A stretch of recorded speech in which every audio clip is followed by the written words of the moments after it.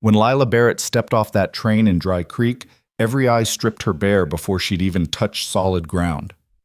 They laughed at her size, mocked her dress, and turned her arrival into a carnival of cruelty, until a widower named Rowan Blake, who hadn't looked at a woman in 7 years, walked through that crowd like Moses through the Red Sea and said 3 words that changed everything. "She's mine." What happened next wasn't just a rescue. It was a reckoning, a story about a woman the world said was too much, and the man who proved she was exactly enough. If you're watching from anywhere in the world, drop your city in the comments below. I want to see how far Lila's story travels. Now settle in, because this is just the beginning. The train into Dry Creek always arrived late, and today was no exception.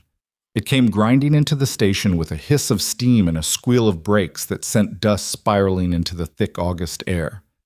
The platform was crowded. It usually was on mail days, men in sweat-stained shirts leaning against posts, women with baskets waiting for parcels, children darting between legs like rabbits. But today, the crowd wasn't just waiting for packages. They were waiting for brides. 3 mail-order women were expected on the afternoon train. The whole town knew it.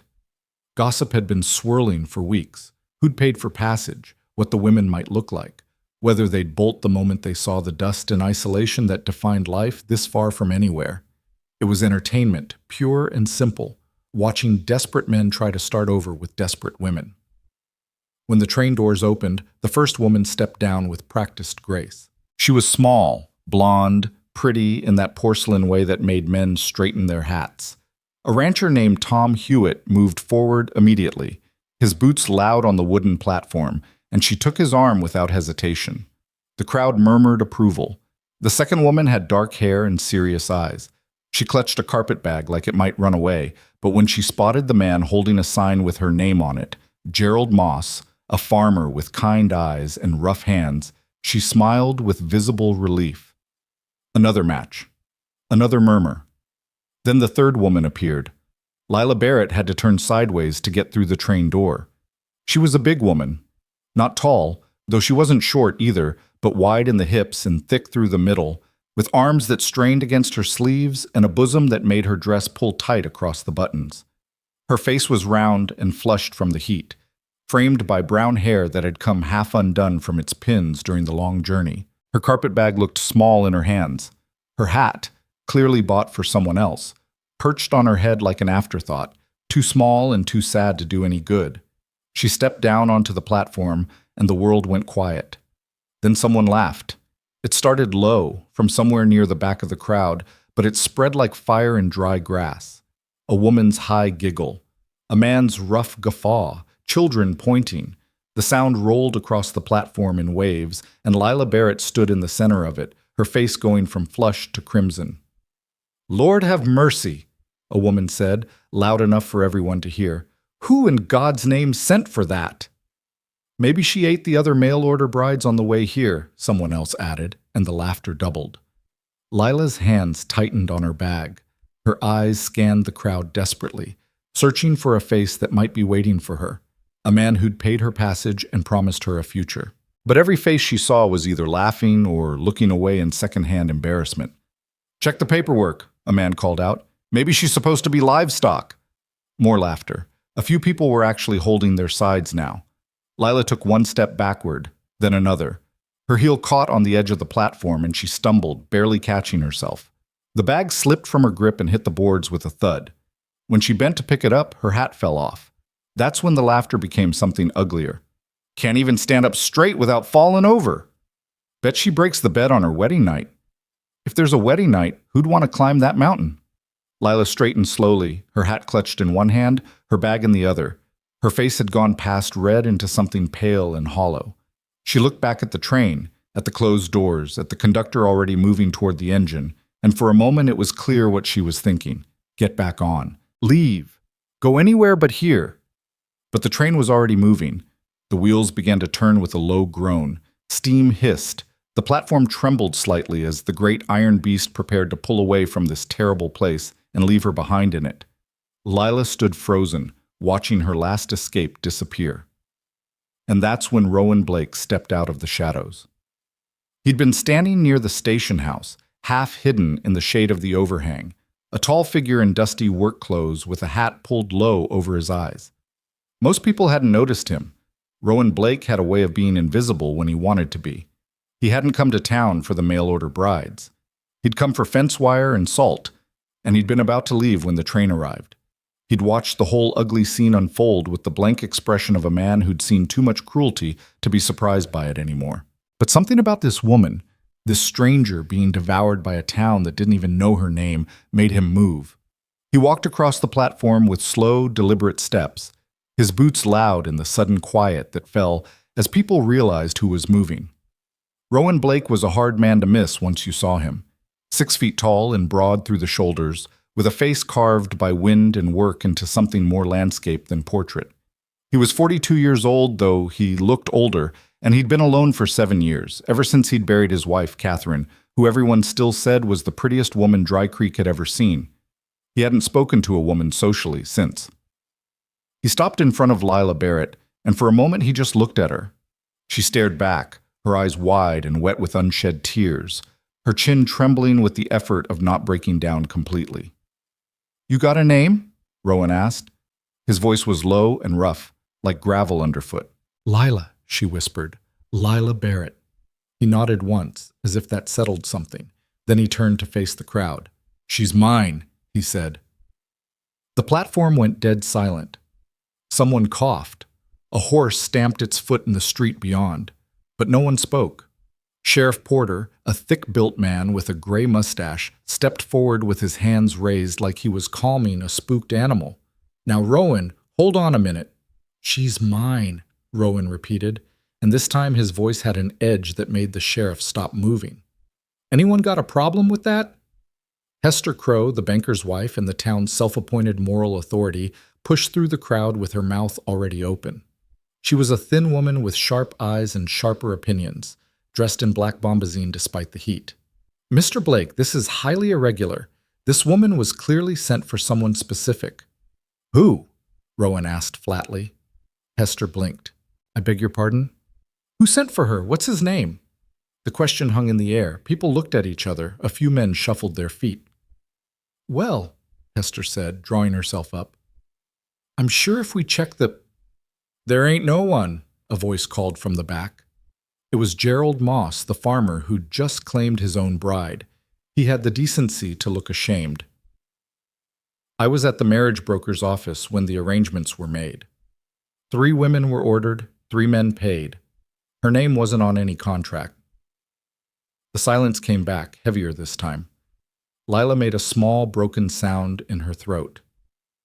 "Then she's mine," Rowan said again. He looked down at Lila and his voice softened just slightly. "If you're willing." She stared up at him like he was speaking a language she didn't understand. "Why?" she whispered. "Because you need somewhere to go, and I got a house with empty rooms." "But you don't know me. You don't—" Her voice cracked. "You don't want me."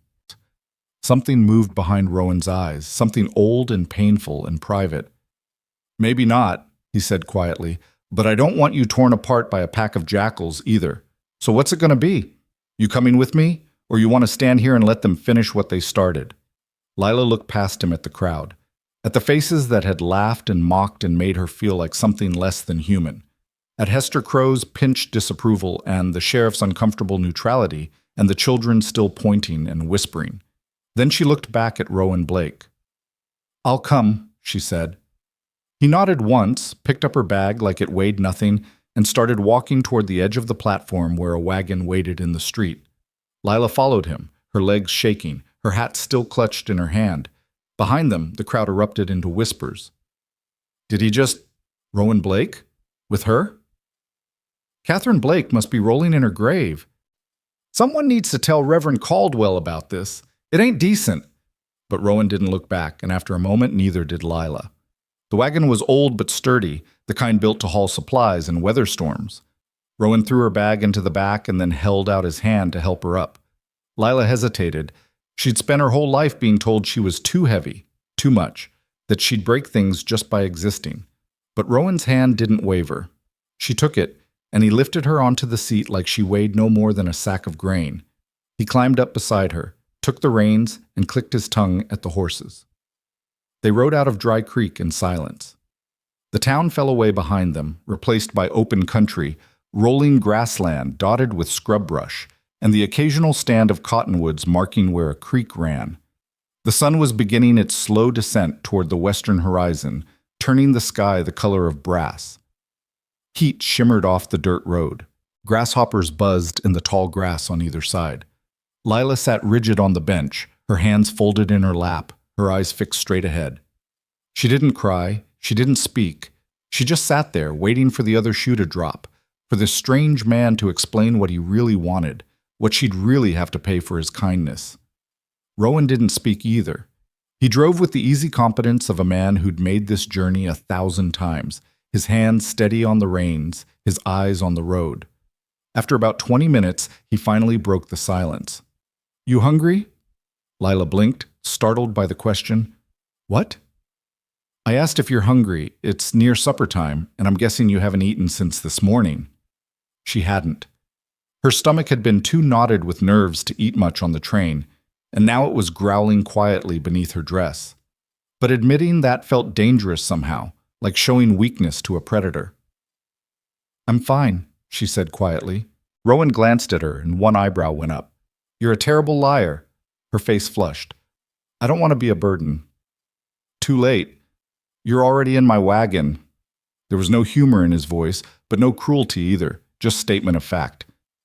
"I got stew left from yesterday and cornbread. It ain't fancy, but it'll keep you from starving." "Why are you doing this?" The words burst out of her before she could stop them. "You don't know me. You don't owe me anything. So why? You got anywhere else to go?" She opened her mouth, closed it, shook her head. "Then that's why." He paused. "Besides, I got my reasons." "What reasons?" He didn't answer that, just kept driving. The ranch appeared gradually, emerging from the landscape like something that had grown there rather than been built. There was a main house, low and wide, made of timber and stone with a wide porch across the front. A barn, slightly larger than the house, stood off to the left with a corral attached. A chicken coop, a smokehouse, a small stable, and what looked like a root cellar clustered nearby. Everything was well maintained but worn, the kind of place that had been worked hard for years and showed it. Rowan pulled the wagon up in front of the house and set the brake. He climbed down, then came around to help Lila. This time, she didn't hesitate when he offered his hand. The porch steps creaked under her weight. She flinched, but Rowan just kept walking, pulling out a key to unlock the front door. It swung open with a low groan, and he stepped inside, gesturing for her to follow. The interior of the house was dim and cool after the bright heat outside. Lila's eyes took a moment to adjust. When they did, she saw a main room that served as both kitchen and living space. A large stone fireplace on one wall, a cast-iron stove near the back, a rough wooden table with 2 chairs, shelves lined with tin plates and cups, and a worn sofa positioned near the fireplace. Everything was clean but dusty, like someone had been keeping things functional without really living in them. And everywhere, in small and large ways, there were signs of another woman. A shawl hung on a peg by the door, delicate blue wool, too fine for ranch work. A rocking chair sat by the window with a cushion that looked handmade. On a shelf above the fireplace, a small china figurine of a bird gathered dust.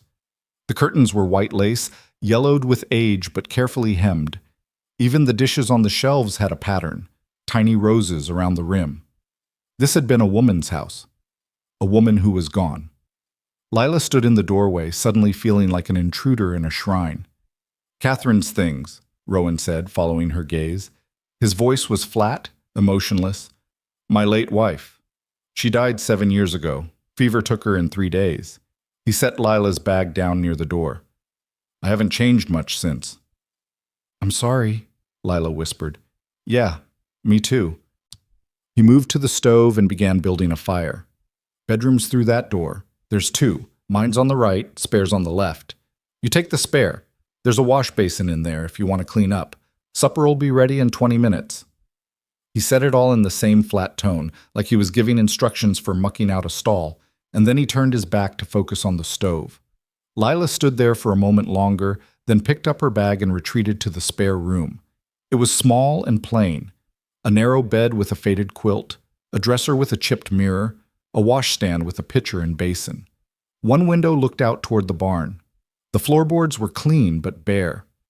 There were no curtains, no decorations, no sign that anyone had ever slept here. Lila set her bag on the bed and sank down beside it. Her hands were shaking. Her whole body was shaking. The events of the day crashed over her all at once. The train ride filled with hope and terror, the moment of stepping onto that platform, the laughter, the mockery, the awful certainty that she'd made a terrible mistake coming west at all. And then this man, this stranger, stepping out of nowhere and claiming her like she was worth claiming. She didn't understand any of it. She washed her face and hands in the basin, changed out of her travel dress into something slightly less wrinkled, and tried to make herself presentable. Her reflection in the cracked mirror showed her what everyone else had seen, a fat woman with a red face and tired eyes who looked older than her 28 years. Nothing special, nothing worth wanting. When she came back out to the main room, Rowan had set 2 bowls of stew on the table along with a plate of cornbread. He was already sitting, eating methodically, his eyes on his food. Lila sat down across from him. The stew was thick with venison and vegetables, and the cornbread was still warm. Her stomach cramped with hunger, but she ate slowly, carefully, the way she'd learned to eat in public. Small bites, no sounds, nothing that might draw attention or disgust. They ate in silence for several minutes before Rowan spoke. "Rules," he said abruptly. Lila looked up, her spoon halfway to her mouth. "You're staying here, so there's gotta be rules." He didn't look at her, just kept eating. "First, you pull your weight. I ain't looking for a maid, but I ain't running a charity either. You cook, you clean, you help with the garden and the chickens. You got a problem with that?" "No," Lila said quietly. "Second, my room's my room. You don't go in there unless I ask you to. Understood?" "Yes." "Third, we're clear on what this is and what it ain't. You're here because you got nowhere else to go, and I got space. That's all. I ain't looking for a wife, and I ain't looking for anything else." His jaw tightened slightly. "You need something, you ask. You got a problem, you tell me. But don't expect more than I'm offering, because I don't have more to give." Each word was like a door slamming shut. Lila understood. She was an obligation, a charity case, something to be managed, not wanted. "I understand," she said. Her voice came out small and hollow. "Good." He finished his stew and stood up, carrying his bowl to the wash basin. "I gotta check the stock before dark. Clean up when you're done. Water pump's outside and there's soap on the shelf. Lamps are in the cupboard if you need light." And then he was gone, the front door closing behind him with a soft thud. Lila sat alone at the table, her stew going cold, and let herself cry. She cried quietly, the way she'd learned to cry growing up fat in a world that hated fat women, without sound, without drama, just tears running down her face while she pressed her hand over her mouth to keep anything else from escaping. She cried for the girl she'd been who believed that mail-order marriage might give her a fresh start. She cried for the humiliation of that platform, for the laughter that would echo in her nightmares. She cried for this strange, cold house and the ghost of the beautiful woman who still haunted every corner of it. And then, when the tears finally stopped, she stood up and started washing the dishes. Because what else was there to do? The first few days passed in a careful, silent routine. Lila woke before dawn, dressed in the dark, and came out to find Rowan already gone to the barn or the pastures. She'd build up the fire in the stove, make coffee, and cook breakfast, usually eggs from the hen house and whatever meat or bread was available. She'd leave Rowan's portion covered on the table and eat her own quickly, trying not to take up space. Then she'd wash the dishes, sweep the floors, and start on whatever work seemed most pressing. There was always work. The house hadn't seen a woman's touch in 7 years, and it showed. Dust had settled into every corner. The windows were filmy. The curtains, Catherine's beautiful lace curtains, were gray with age and neglect. The shelves needed reorganizing. The larder needed inventory. The garden behind the house had gone half wild with weeds choking the vegetables that still tried to grow. Lila worked through it all methodically. She scrubbed floors until her knees ached. She beat the dust out of the sofa cushions and washed the windows until they gleamed. She pulled weeds from the garden and discovered tomatoes, beans, and squash struggling beneath the overgrowth. She baked bread, fried chicken, made stew, and left everything where Rowan could find it. He was polite but distant. He'd nod when he came in for meals, eat whatever she'd prepared without comment, and then disappear again. Sometimes she'd see him in the evenings sitting on the porch with a whiskey, staring out at nothing. He never invited her to join him, never made conversation beyond the practical necessities of living in the same house. At night, lying in her narrow bed, Lila could hear him moving in the other room, the creak of floorboards, the sound of boots being removed, the low groan of his bed frame taking his weight. Sometimes she heard other sounds, too. A sharp intake of breath like pain, a muttered curse, the clink of a bottle against glass. She was living with a ghost, or maybe she was the ghost, haunting the edges of his life without really touching it. On the fourth day, Lila was in the garden pulling weeds when she heard hoofbeats. She looked up to see a wagon coming down the road, a fancy one, well kept, with a woman driving. The woman pulled up near the house and climbed down with the practiced ease of someone used to managing her own affairs. Hester Crow. Lila's stomach dropped. Hester was dressed in another black dress, this one with jet buttons and a cameo brooch at her throat. She approached with her chin high and her mouth set in a disapproving line. "Mrs. Crow," Lila said, standing up and wiping her dirty hands on her apron. "Can I help you?" "I'm here to see Mr. Blake," Hester said crisply, looking Lila up and down with barely concealed distaste. "Is he available?" "He's out with the cattle. I'm not sure when he'll be back." "I see." Hester's eyes narrowed. "And you are staying here? Still?" "Yes, ma'am." "Without any formal arrangement? Without the benefit of marriage or even a proper courtship?" Hester's voice rose slightly. "Surely you understand how this looks." Lila felt heat crawl up her neck. "Mr. Blake offered me shelter. I accepted. There's nothing improper about it." "Nothing improper?" Hester laughed, but there was no humor in it. "My dear girl, you're living alone with a man who isn't your husband, your father, or your brother. In any civilized society, that would be considered not just improper, but scandalous. The fact that you're—" She paused, her gaze raking over Lila's body. "Well, the fact that you're you doesn't make it less so. If anything, it raises even more questions." "What questions?" Lila asked, though she already knew. "What exactly are you offering in exchange for Mr. Blake's generosity?" Hester stepped closer, lowering her voice to something conspiratorial and ugly. "A man like Rowan Blake, lonely as he's been since Catherine passed, might be desperate enough to accept certain services from a woman who has little else to offer." The words hit like a slap. Lila's face went hot, then cold. "It's not like that." "Then what is it like? Because from where I'm standing, it looks like a shameful arrangement that dishonors both you and this household." Hester straightened her shoulders. "I've come here as a concerned member of this community to tell you that this cannot continue. Either Mr. Blake makes an honest woman of you through proper marriage, or you need to find somewhere else to live. I'll be speaking with Reverend Caldwell about the matter." "You'll be speaking with Reverend Caldwell about what?" Both women turned to see Rowan walking toward them from the barn. He'd come back without either of them noticing, and now he stood there covered in dust and sweat, his eyes flat and cold. Hester recovered quickly.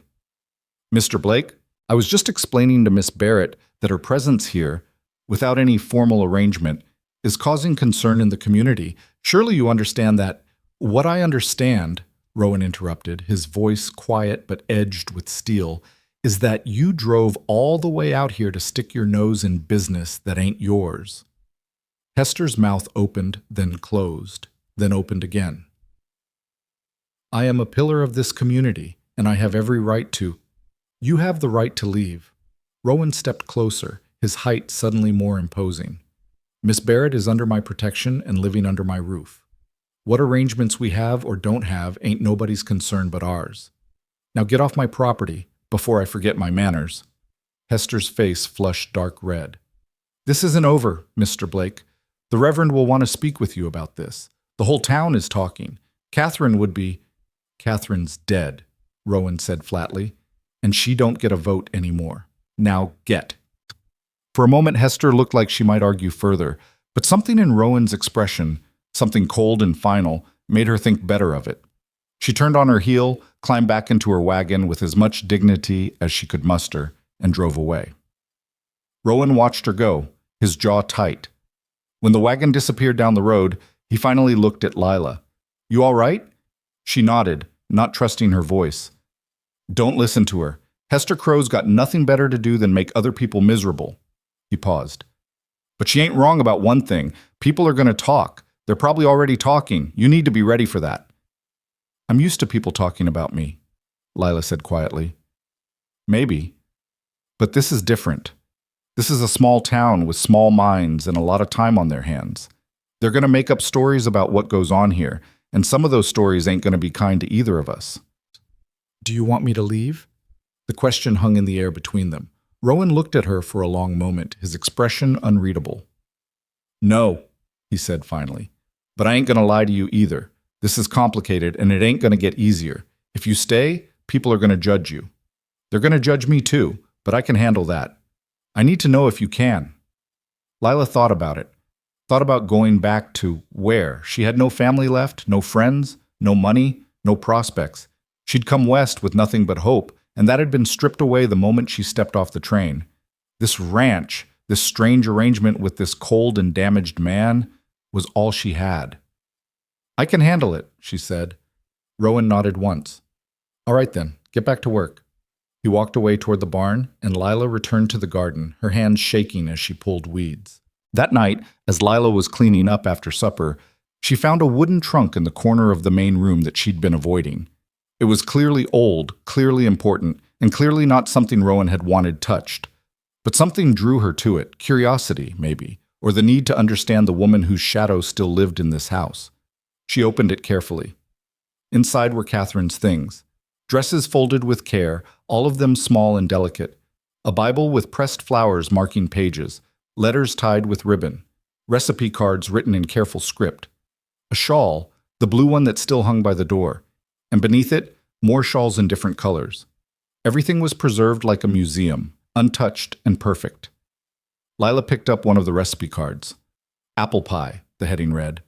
Catherine's handwriting was beautiful, loops and swirls that made even simple ingredients look elegant. "What are you doing?" Lila spun around, dropping the card. Rowan stood in the doorway, his face dark with something she couldn't quite read. "I'm sorry," she said quickly. "I didn't mean to. I shouldn't have." "No," he said. "You shouldn't have." He crossed the room in 3 strides and closed the trunk with a thud. "I told you, my things are my things. That includes her things." "I know. I'm sorry. I just—" Lila swallowed hard. "I wanted to understand." "Understand what?" "Who she was. Why you're so—" She trailed off, unable to finish. "So what?" "Alone." The word fell between them like a stone into still water. Rowan stood there for a long moment, his hand still on the trunk, his back to her. When he finally spoke, his voice was rough. "Catherine was my wife for 10 years. She was beautiful, kind, perfect in every way that matters. When she died, she took part of me with her." He turned to face Lila, and his eyes were raw with old pain. "I keep her things because I don't know how to let them go. I live in this house because we built it together. I work this land because it's all I got left of the life we were supposed to have." He paused. "You want to understand? Fine. Understand this. I'm never going to love someone the way I loved her. I'm never going to be the man I was when she was alive. I'm just less now. And that's all I got to offer." Lila stood there, her heart breaking for this man and his beautiful ghost. "I'm sorry," she whispered again. "Yeah," Rowan said tiredly.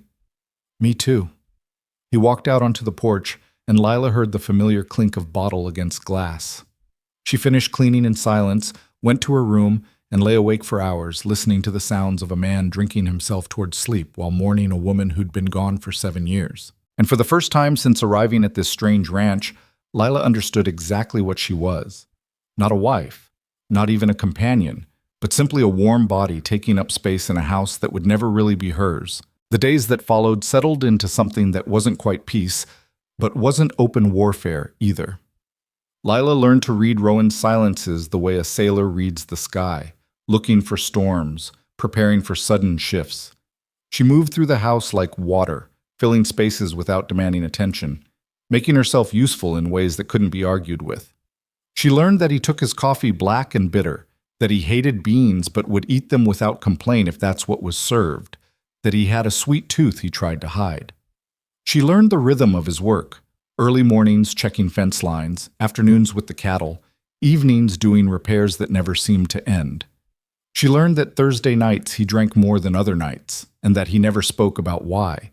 In turn, Rowan learned things about her too, though he never said so. He noticed that she woke before him no matter how early he rose. He noticed that she ate quickly and efficiently, like someone who'd learned not to take up too much time at the table. He noticed that she flinched when doors closed too hard, that she made herself small when he walked past, that she apologized for things that didn't need apologies. They existed in the same space like two planets in distant orbit, aware of each other, affected by each other, but never quite touching.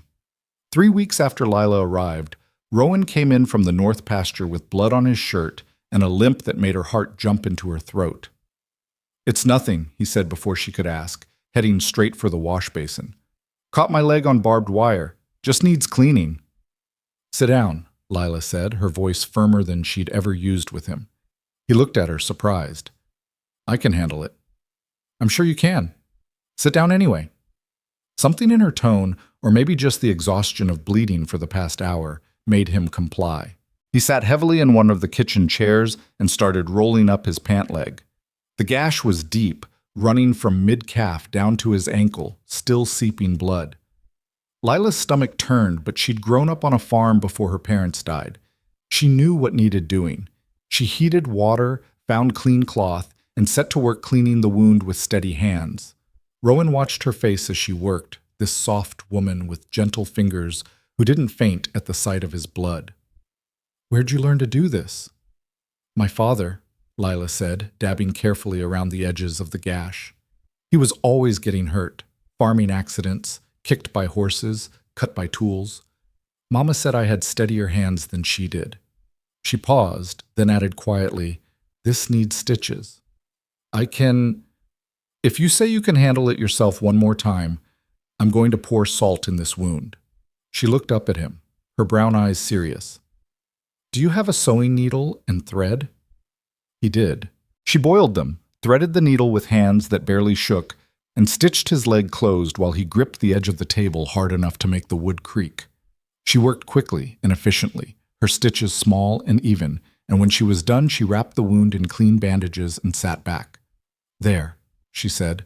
"Try not to get it dirty for a few days." Rowan looked down at the neat bandaging, then up at her face. "Thank you." It was the first time he'd thanked her for anything. Something shifted in the air between them. Not much, just a degree or two. But enough that when Lila stood to clean up, Rowan didn't immediately leave the room. "Your parents," he said. "They still back east?" "Dead," Lila said simply, washing blood from her hands. 6 years ago. Influenza took them both in the same week." "You got other family?" "An aunt who made it clear I wasn't welcome after they passed. Said she couldn't afford to feed another mouth, especially not one as big as mine." Lila's voice was matter-of-fact, but there was old pain underneath it. "I worked where I could, cleaning houses, taking in laundry, but the work dried up. People don't want a fat woman in their homes. They think I'll steal food or break their furniture just by existing." Rowan was quiet for a moment. "That's why you came west." "That's why I thought I'd come west. I saved enough for the train ticket and answered an ad in the marriage broker's catalog, a farmer looking for a sturdy wife to help work his land." She laughed, but there was no humor in it. "I sent a letter describing myself as strong and healthy and capable. I thought those words would be enough. I didn't realize until I stepped off that train that someone had made a mistake, that I was never supposed to be on it at all. That farmer probably got his bride weeks ago, and I was just extra. An error in the paperwork." "Or someone's idea of a joke," Rowan said quietly. Lila turned to look at him, and in his eyes she saw understanding, not pity. Understanding. "You think someone did it on purpose?" "I think there's people in this world who get their kicks from watching other people suffer. And I think sending a woman west with false hope and watching her get torn apart on a train platform would be exactly the kind of thing they'd find funny. The cruelty of it hit Lila all over again. The possibility that her humiliation had been orchestrated, planned, deliberately cruel rather than accidentally so. She felt her eyes burn with tears she refused to shed. "Hey," Rowan said, his voice softer than she'd ever heard it. "You're here now, that's what matters." "But for how long?" The question burst out of her. Mrs. Crow was right. This isn't proper. This isn't, people are talking, and eventually the Reverend is going to come out here. And then what? I can't stay here without ruining your reputation, and I can't leave because I've got nowhere to go. I'm trapped, and I've trapped you with me. Rowan was quiet for a long time. Then he stood up, tested his weight on his injured leg, and nodded with satisfaction. Let them talk. I stopped caring what this town thought of me the day I buried Catherine, and they spent her funeral whispering about whether I was going to sell the ranch and move on. He looked at Lila. You pull your weight. You don't cause trouble. You make decent coffee. That's more than most arrangements amount to. The rest is noise. But the Reverend can say his piece if he's got one. I'll deal with it when it comes. He moved toward the door, then paused. Lila? Yes? Thank you for the stitches. Then he was gone, leaving her standing in the kitchen with bloody water and the strange, fragile feeling that something had changed. The next morning, Lila woke to find a bolt of fabric leaning against her bedroom door. It was plum-colored wool, the kind that would make a warm dress for winter. There was no note, no explanation, just the fabric clearly left sometime before dawn. She carried it out to the kitchen where Rowan was already drinking coffee. He didn't look up when she entered. I can't accept this, she said. Already bought it. But you need a new dress. That one you're wearing is coming apart at the seams, and the other two you got ain't much better. He finally looked at her. Consider it payment for the doctoring. You don't owe me, Lila. He set his cup down. It's fabric, not a marriage proposal. Take it or don't. But either way, I ain't returning it to town. She looked down at the beautiful plum wool, running her fingers over it. It was soft and thick, good quality, and there was enough for a full dress with sleeves. The kind of dress she'd always wanted but could never afford. The kind of dress that would be made for her body, not forced to accommodate it. Thank you, she whispered.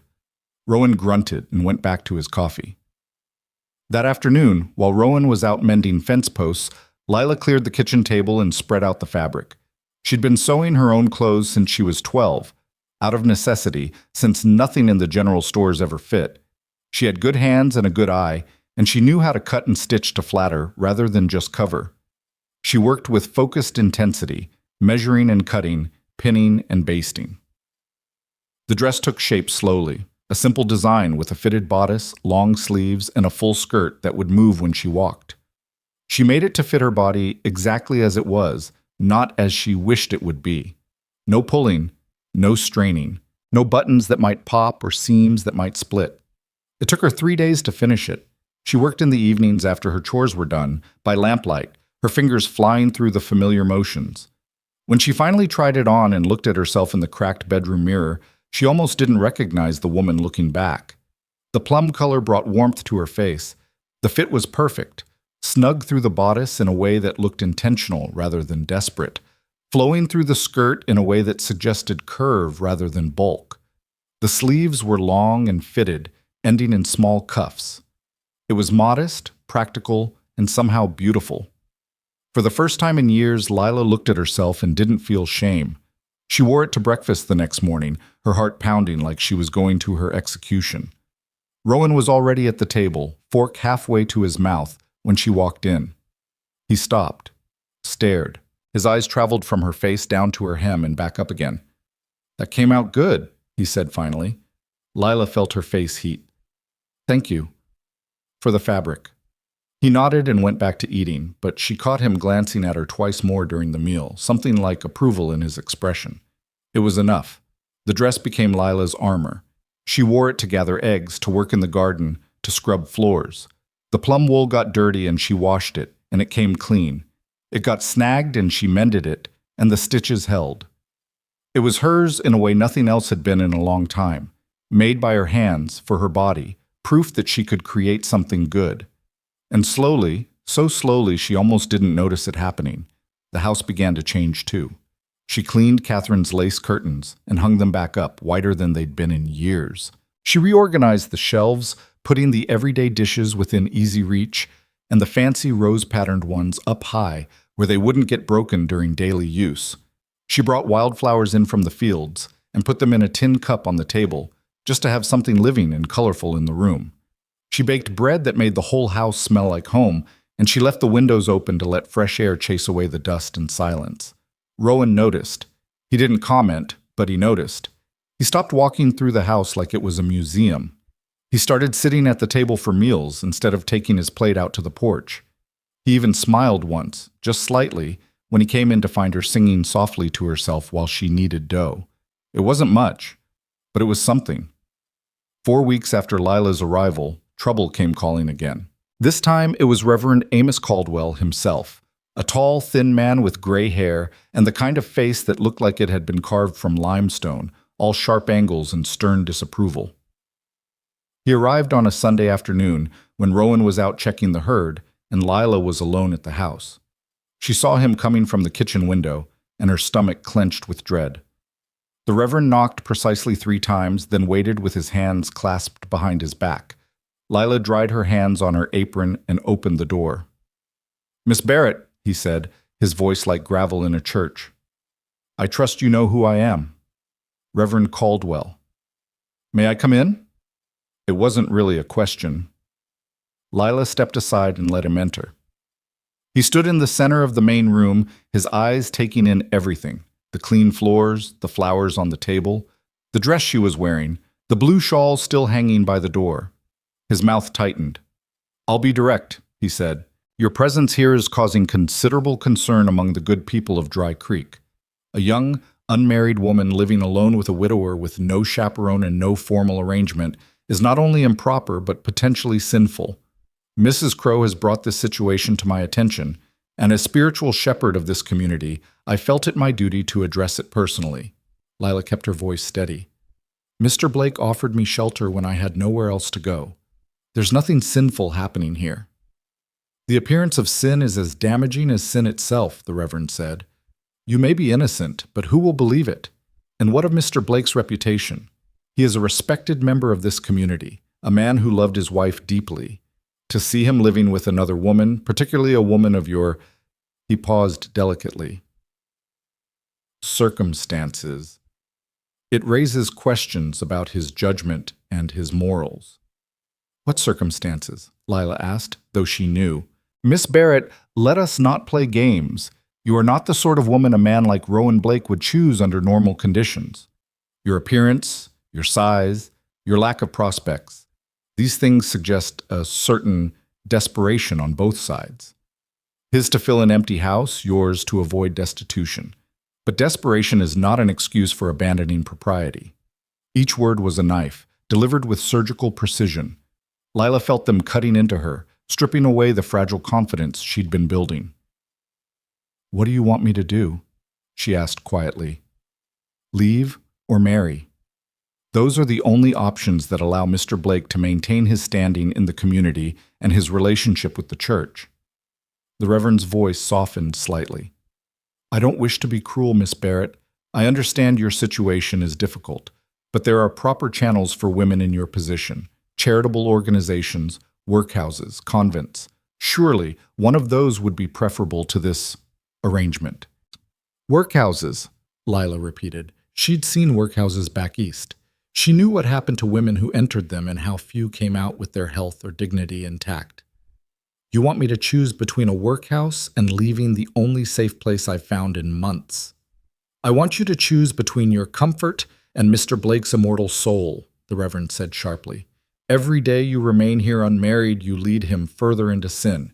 If you care for him at all—" "Care for who?" Both of them turned to see Rowan standing in the doorway. He was covered in dust from the trail, his hat in his hand, his face darker than a storm cloud. "Mr. Blake," the Reverend said, recovering quickly.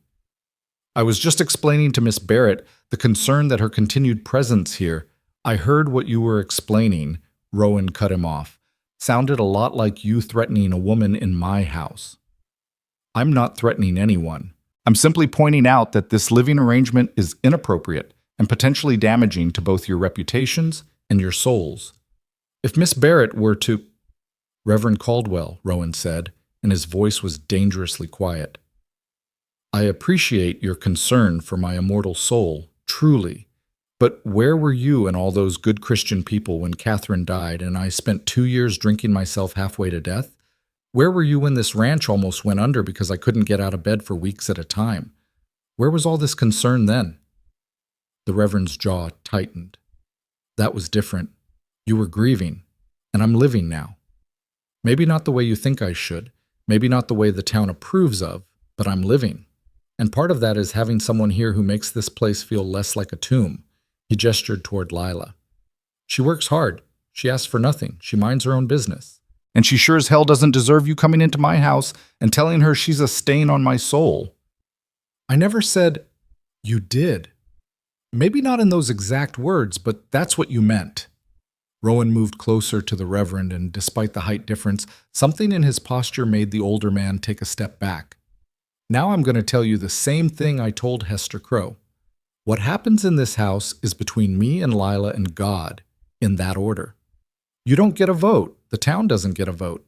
So unless you got some biblical passage that says a man can't offer shelter to someone in need, I suggest you leave. The Reverend's face flushed red. You're making a mistake, Rowan. The community can go to hell. Right after you do. Get off my property.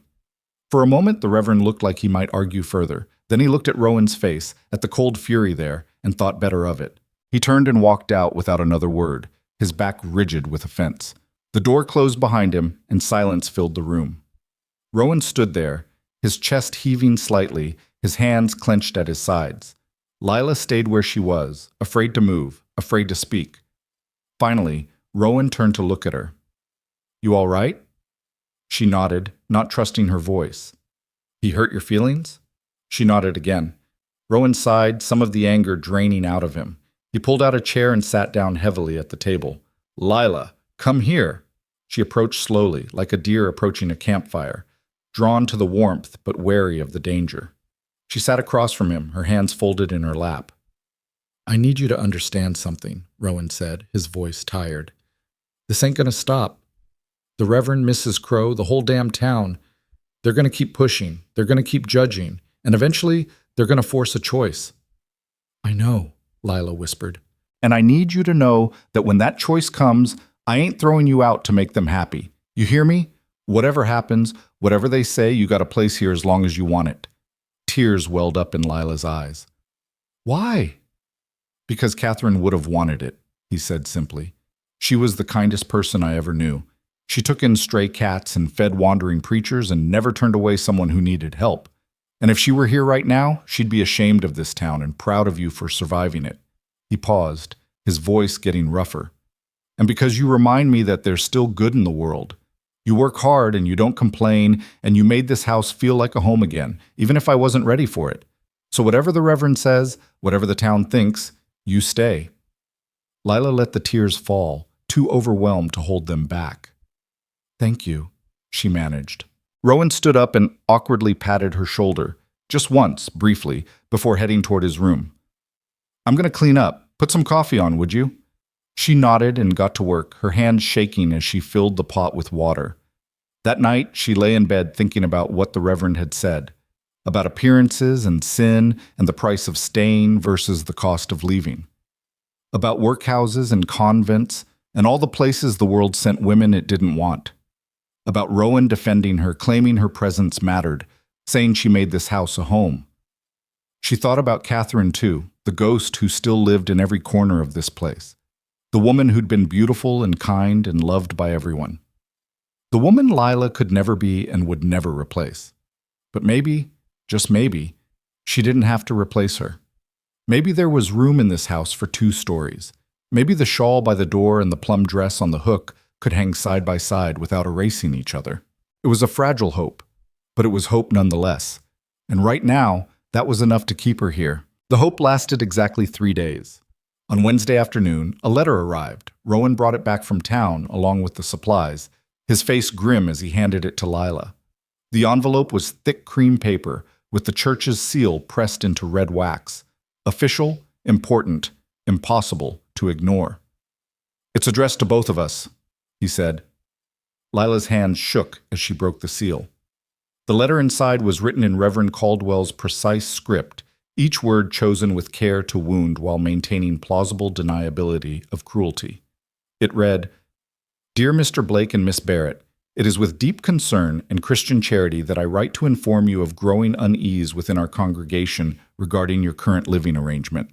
Multiple members have expressed worry not only for your souls, but for the moral fabric of our community. As shepherd of this flock, I cannot in good conscience ignore these concerns.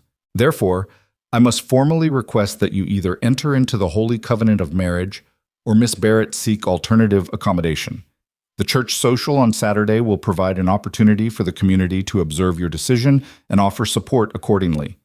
In faith and fellowship, Reverend Amos Caldwell." Lila read it twice, each word sinking into her like stones into deep water. The church social, public observation, a test they were expected to pass or fail in front of the entire town. "He's forcing our hand," she said quietly. Rowan took the letter from her and read it himself, his jaw tightening with each line. When he finished, he crumpled it in his fist. "He's trying to." "What are we going to do?" Rowan was silent for a long time, staring at the crushed paper in his hand. Finally, he said, "We're going to that social." "Rowan, we're going and we're going together, and we're going to show them that their opinions don't run our lives." He looked at her, his eyes hard. "Unless you don't want to go. If you'd rather stay here, I'll understand." Lila thought about it. About hiding on the ranch while the town talked and judged and decided her fate without her. About letting fear and shame dictate her choices the way they dictated every choice she'd made for years. About the plum dress hanging in her room, made to fit her exactly as she was. "I'll go," she said, "but I need to make something first." "Make what?" "A pie." She smiled, though it didn't quite reach her eyes. "If we're going to face them, we might as well bring something worth eating." Rowan stared at her for a moment, then something that might have been admiration flickered across his face. "All right then, make your pie." The next 3 days passed in a blur of preparation. Lila threw herself into cooking with an intensity that had nothing to do with hunger and everything to do with proving something she couldn't quite name. She made apple pie using one of Catherine's recipes, the one she'd found in the trunk that day. She followed the instructions exactly, adding her own touches where it felt right. Extra cinnamon, a splash of vanilla, butter in the crust that made it flaky and golden. When it came out of the oven on Saturday morning, it was perfect. The crust was latticed and browned. The filling bubbled up through the gaps, smelling like autumn and comfort. It looked like something a real baker would make, not a woman who'd learned to cook out of necessity rather than joy. Lila stared at it cooling on the table and felt something fierce rise in her chest. This pie was proof. Proof that she had value. Proof that she could create beauty. Proof that she belonged at that social as much as any other woman in Dry Creek. She wore her plum dress. She pinned her hair up carefully, letting a few soft curls frame her face. She looked at herself in the cracked mirror and saw a woman who was still too big, still too plain, but no longer invisible. No longer willing to be invisible. When she came out to the main room, Rowan was already dressed in his good shirt and vest, his hair combed back, his boots polished. He looked at her, and something softened in his expression.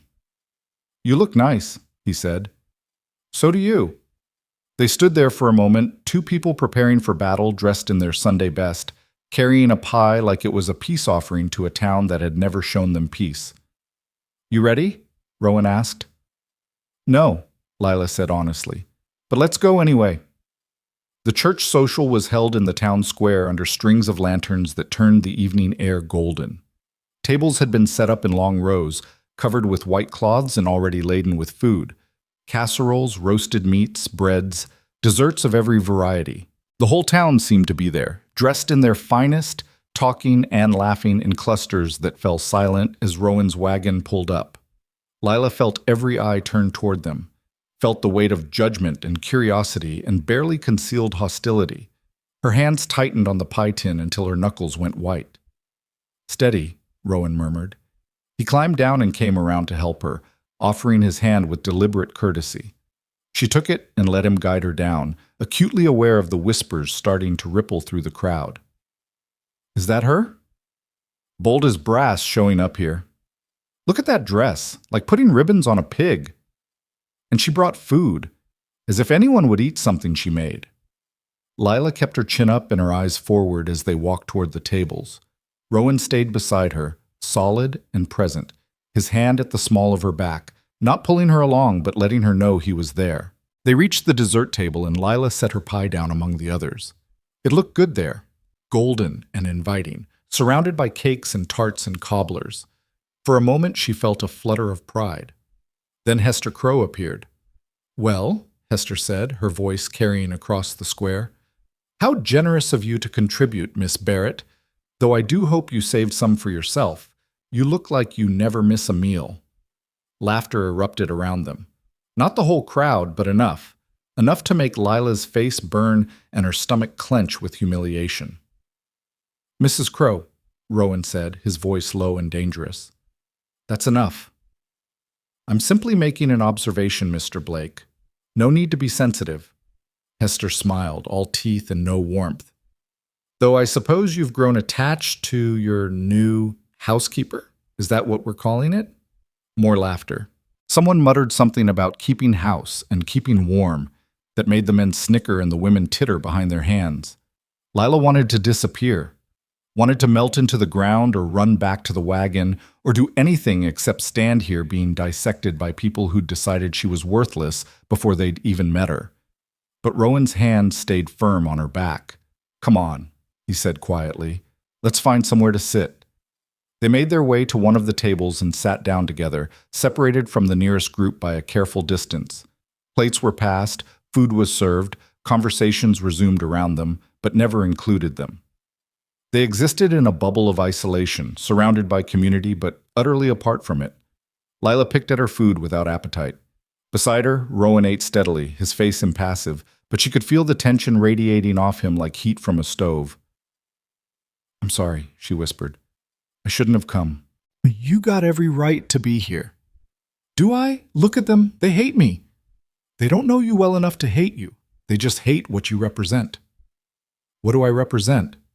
Rowan set down his fork and looked at her directly. "Proof that life doesn't always follow their rules.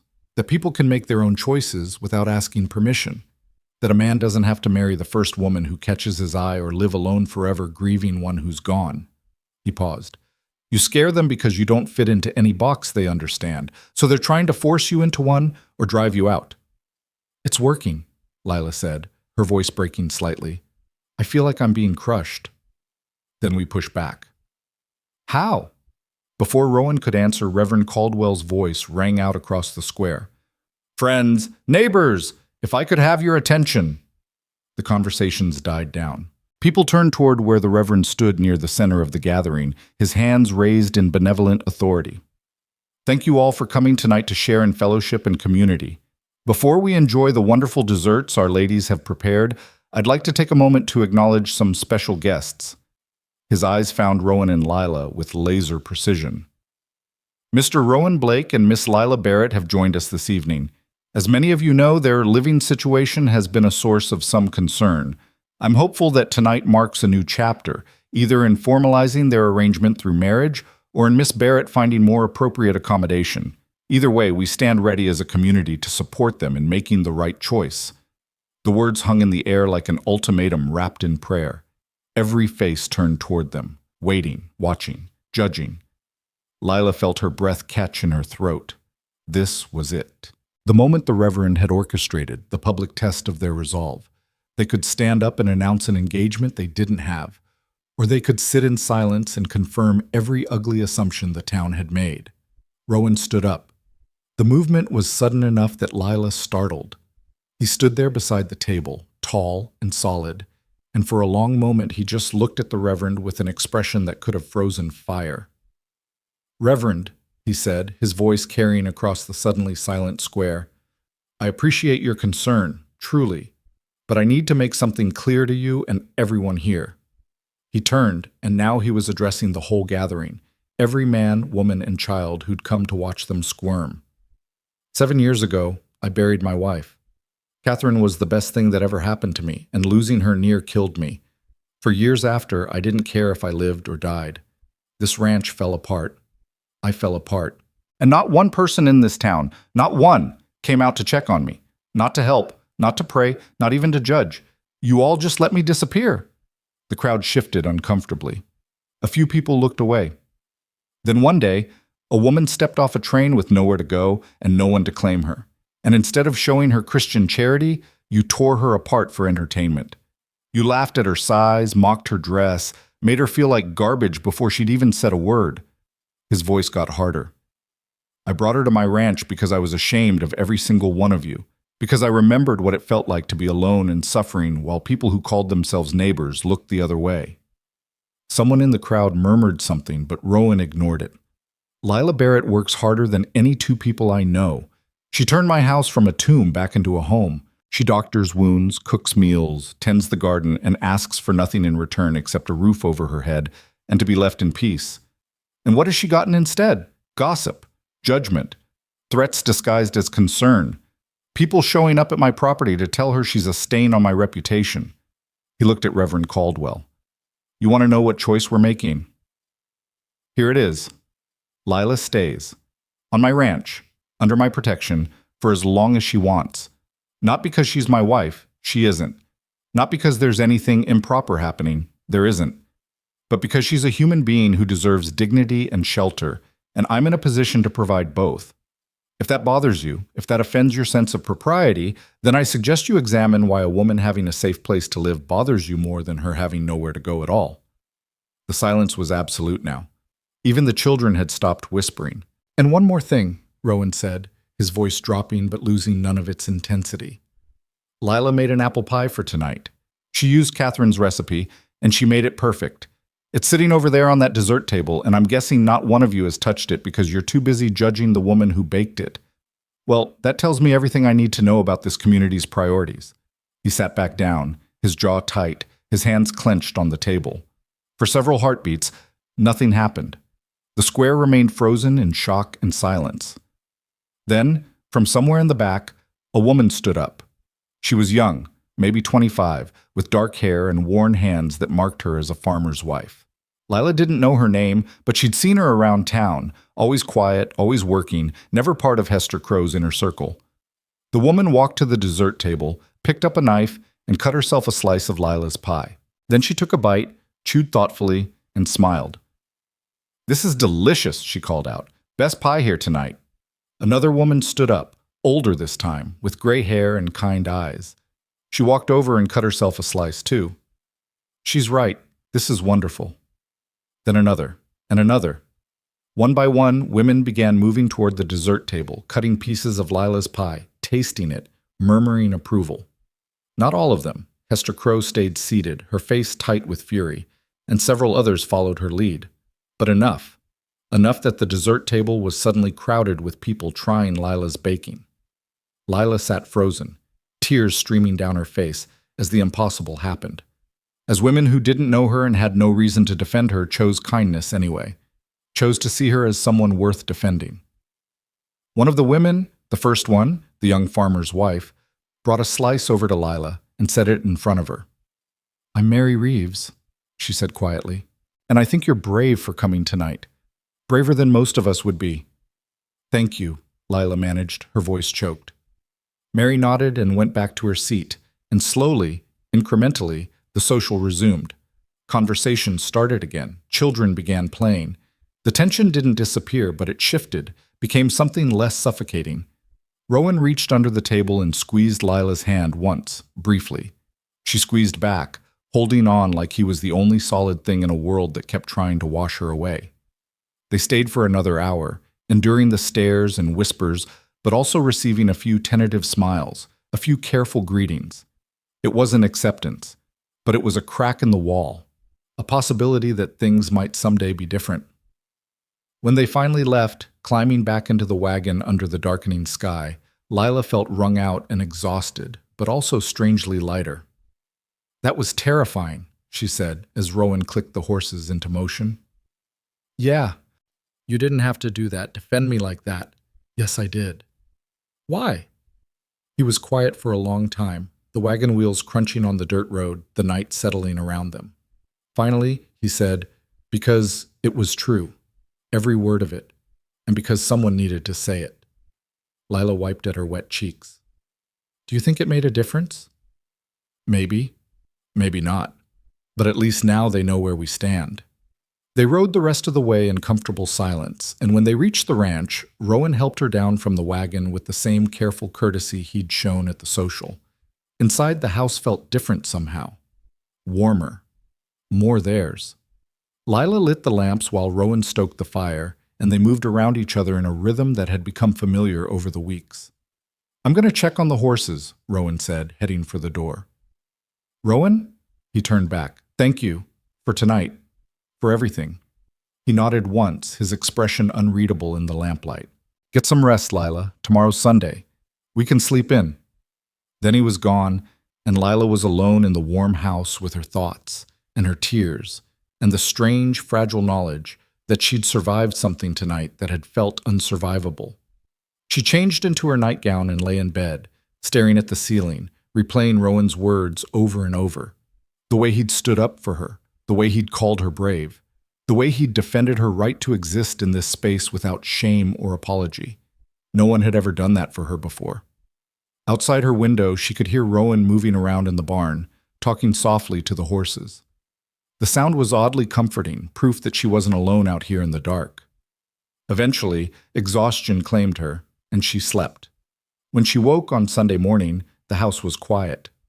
Too quiet. Lila got up and padded into the main room to find Rowan already gone.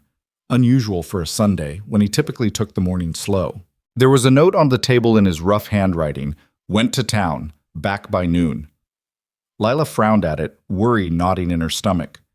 After last night's confrontation, going back to town seemed like walking into a hornet's nest. But Rowan was a grown man who made his own choices, and she had no right to question them. She spent the morning cleaning and trying not to watch the road. She baked bread, swept floors, gathered eggs, did all the familiar tasks that usually brought her peace. But peace wouldn't come. Her mind kept circling back to the social, to Rowan's speech, to the Reverend's face when those women had eaten her pie anyway. They'd won something last night. But wars weren't won in single battles, and she knew this was far from over. Rowan returned just before noon, riding up on horseback instead of taking the wagon. He dismounted slowly, his movements careful in a way that suggested deep thought rather than physical pain. Lila met him on the porch. Is everything all right? He looked at her for a long moment, his expression unreadable. Then he said, I talked to Reverend Caldwell this morning. Her heart sank. Rowan asked him if he'd marry us. The world tilted sideways. Lila grabbed the porch railing to steady herself. You did what? Asked him to marry us. Today if possible, tomorrow if not. Rowan's voice was matter of fact, but there was something tense in his posture. He said he'd do it this afternoon, if we come into town. Why? Lila asked, the word barely a whisper. Why would you do that? Because you were right. We're trapped. They won't leave us alone until we either get married or you leave, and I'm not letting you leave, so that leaves marriage. That's not a reason to get married. It's reason enough. He climbed the steps to stand in front of her. Lila, listen to me. This ain't a love match. We both know that, but it's practical. You need security, and I need the town off my back. We get married, they stop gossiping, you stop having to justify your existence, and life goes on. That's the coldest proposal I've ever heard, Lila said, hurt lancing through her chest. I ain't proposing. I'm offering a solution. He softened slightly. Look, I know it's not what you dreamed of. I know I'm not what you hoped for when you came west. But I can give you my name, my protection, and a home. That's more than most arrangements amount to. Lila stared at him, this hard man with his practical solutions and his careful walls. And what do you get out of it? Peace, order, someone to come home to who isn't a ghost. He paused. And maybe, if I'm honest, someone who reminds me that I'm still alive. It was the most vulnerable thing he'd ever said to her, and it broke something open in Lila's chest. This wasn't love, it wasn't romance, but it was honest, and it was more than she'd had in years. "If I say yes," she said slowly, "what does the marriage look like? What are you expecting from me?" "Same as now. You keep the house, I work the ranch. We live together like we've been living, except with legal protection and fewer questions." He hesitated. "Separate rooms. No expectations of anything else. Unless you wanted different, then we'd talk about it." "You'd marry me and never touch me?" "I'd marry you and give you the choice of whether or not I touch you. There's a difference." Lila closed her eyes, trying to think through the roaring in her ears. This was insane. Marrying a man she barely knew, a man who was still in love with his dead wife, a man who was offering her a business arrangement instead of a marriage. Everything about it was wrong. But what was the alternative? Stay unmarried and watch the town slowly strangle them both with gossip and judgment? Leave and end up in a workhouse, or worse, spend the rest of her life running from place to place, looking for somewhere that might let her exist without shame? At least here, with Rowan, she had something. A house that felt like home, work that gave her purpose, safety, if not love, respect, if not passion. She opened her eyes and looked at him. Really looked at him, saw the exhaustion in his face, the loneliness he tried to hide, the hope he wouldn't let himself fully feel. "All right," she said, "I'll marry you." Something flickered across his expression. Relief, maybe, or resignation. "All right then. We should leave within the hour if we want to catch the Reverend while he's willing." "Rowan, wait." Lila caught his arm as he turned to go. If we're really doing this, I need you to promise me something." "What?" "Don't marry me out of obligation. Don't marry me just to solve a problem. If you do this, do it because you actually want me here. Even if you don't love me. Even if you never will. Just want me here. As your wife, as your partner, not as your charity case." He looked down at her hand on his arm, then back up at her face. When he spoke, his voice was rough but certain. "I want you here, Lila. I wouldn't ask otherwise." She nodded, satisfied with the truth she heard in those words. "Then let's get married." They didn't speak much on the ride back to town. Lila sat beside Rowan in the wagon wearing her plum dress, the only good dress she owned, with her hair pinned up as neatly as her shaking hands could manage. She'd wanted to change into something more appropriate for a wedding, something white, or at least lighter in color, but there was nothing else. The plum dress would have to be enough. Rowan had changed his shirt and put on his good vest again, the one he'd worn to the social. His jaw was set in that familiar hard line, but his hands on the reins were steady. If he was nervous, he didn't show it. Lila, on the other hand, felt like she might shatter into pieces at any moment. She was getting married. To a man who'd made it clear he didn't love her, and probably never would. To a man whose dead wife still haunted every corner of his life. To a man who was offering her his name and protection, but not his heart. And she was saying yes, because what else could she do? The town came into view and Lila's stomach clenched. After last night's confrontation, riding back into Dry Creek felt like walking into the lion's den. But Rowan drove straight through the main street without hesitation, heading for the white church at the far end where Reverend Caldwell waited. The Reverend was standing on the church steps when they arrived, his face arranged in an expression of solemn approval. Beside him stood Sheriff Porter and his wife, Martha, apparently serving as witnesses. "Mr. Blake," the Reverend said as Rowan helped Lila down from the wagon. "Miss Barrett, I'm pleased you've come to your senses." "Let's just get this done," Rowan said flatly. The Reverend's mouth tightened, but he nodded and gestured toward the church doors. "Very well, shall we proceed inside?" The interior of the church was cool and dim, smelling of old wood and candle wax. Afternoon light filtered through the stained glass windows, painting colored shadows across the empty pews. Lila had imagined her wedding day many times over the years, always with flowers and music and a crowd of well-wishers. Never like this. Never in an empty church with reluctant witnesses and a groom who was marrying her out of convenience rather than desire. They stood before the altar, and Reverend Caldwell opened his Bible with deliberate ceremony. Sheriff Porter and Martha positioned themselves off to the side, their expressions carefully neutral.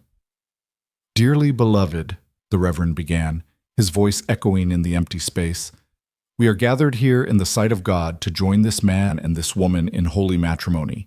Marriage is not to be entered into lightly, but reverently, deliberately, and in accordance with the purposes for which it was instituted by God. Lila barely heard the words. Her heart was pounding so loud she was certain everyone could hear it. She kept her eyes fixed on a spot just past Rowan's shoulder, unable to look directly at him, unable to face the reality of what they were doing. Do you, Rowan Blake, take this woman to be your lawfully wedded wife, to have and to hold from this day forward, for better or worse, for richer or poorer, in sickness and in health, until death do you part? There was a pause. A heartbeat too long. Lila's breath caught in her throat. He was going to back out. He was going to realize this was insane, and I do, Rowan said. His voice was steady, certain. The Reverend turned to Lila. And do you, Lila Barrett, take this man to be your lawfully wedded husband, to have and to hold from this day forward, for better or worse, for richer or poorer, in sickness and in health, until death do you part? This was it. Her last chance to run. Her last chance to say no and walk away and find some other solution, some other life. But there was no other life. There was only this, a hard man offering her safety, a house that was starting to feel like home, and a chance to stop running. I do, she whispered. The rings, the Reverend asked. Rowan shook his head. Don't have any. The Reverend's disapproval was palpable, but he continued. Very well. By the power vested in me by the territory and by God Almighty, I now pronounce you man and wife. He paused, as if the next words caused him physical pain. You may kiss the bride. Rowan turned to Lila. Their eyes met for the first time since entering the church. She saw uncertainty there, and something that might have been apology. He leaned down slowly, giving her time to pull away if she wanted to, and pressed his lips to hers. It was brief, chaste, more formal than intimate. His lips were warm and dry, and the kiss lasted maybe 3 seconds before he pulled back. But in those 3 seconds, Lila felt something shift, a door closing on her old life. A new door opening, even if she couldn't yet see what lay beyond it. Congratulations, the Reverend said, though his tone suggested he was congratulating them on surviving surgery rather than beginning a marriage. I'll have the certificate ready by tomorrow. You can collect it from my office. Appreciate it, Rowan said. He took Lila's arm and guided her back down the aisle toward the doors. She moved mechanically, her mind still trying to catch up with what had just happened. Outside, the afternoon sun was bright and harsh after the dim interior. Lila blinked against it, feeling disoriented and unreal, like she'd stepped out of her own body and was watching someone else's life unfold. Sheriff Porter cleared his throat. Well, that's done then. Martha and I will sign as witnesses. Congratulations to you both. Thank you, Lila managed.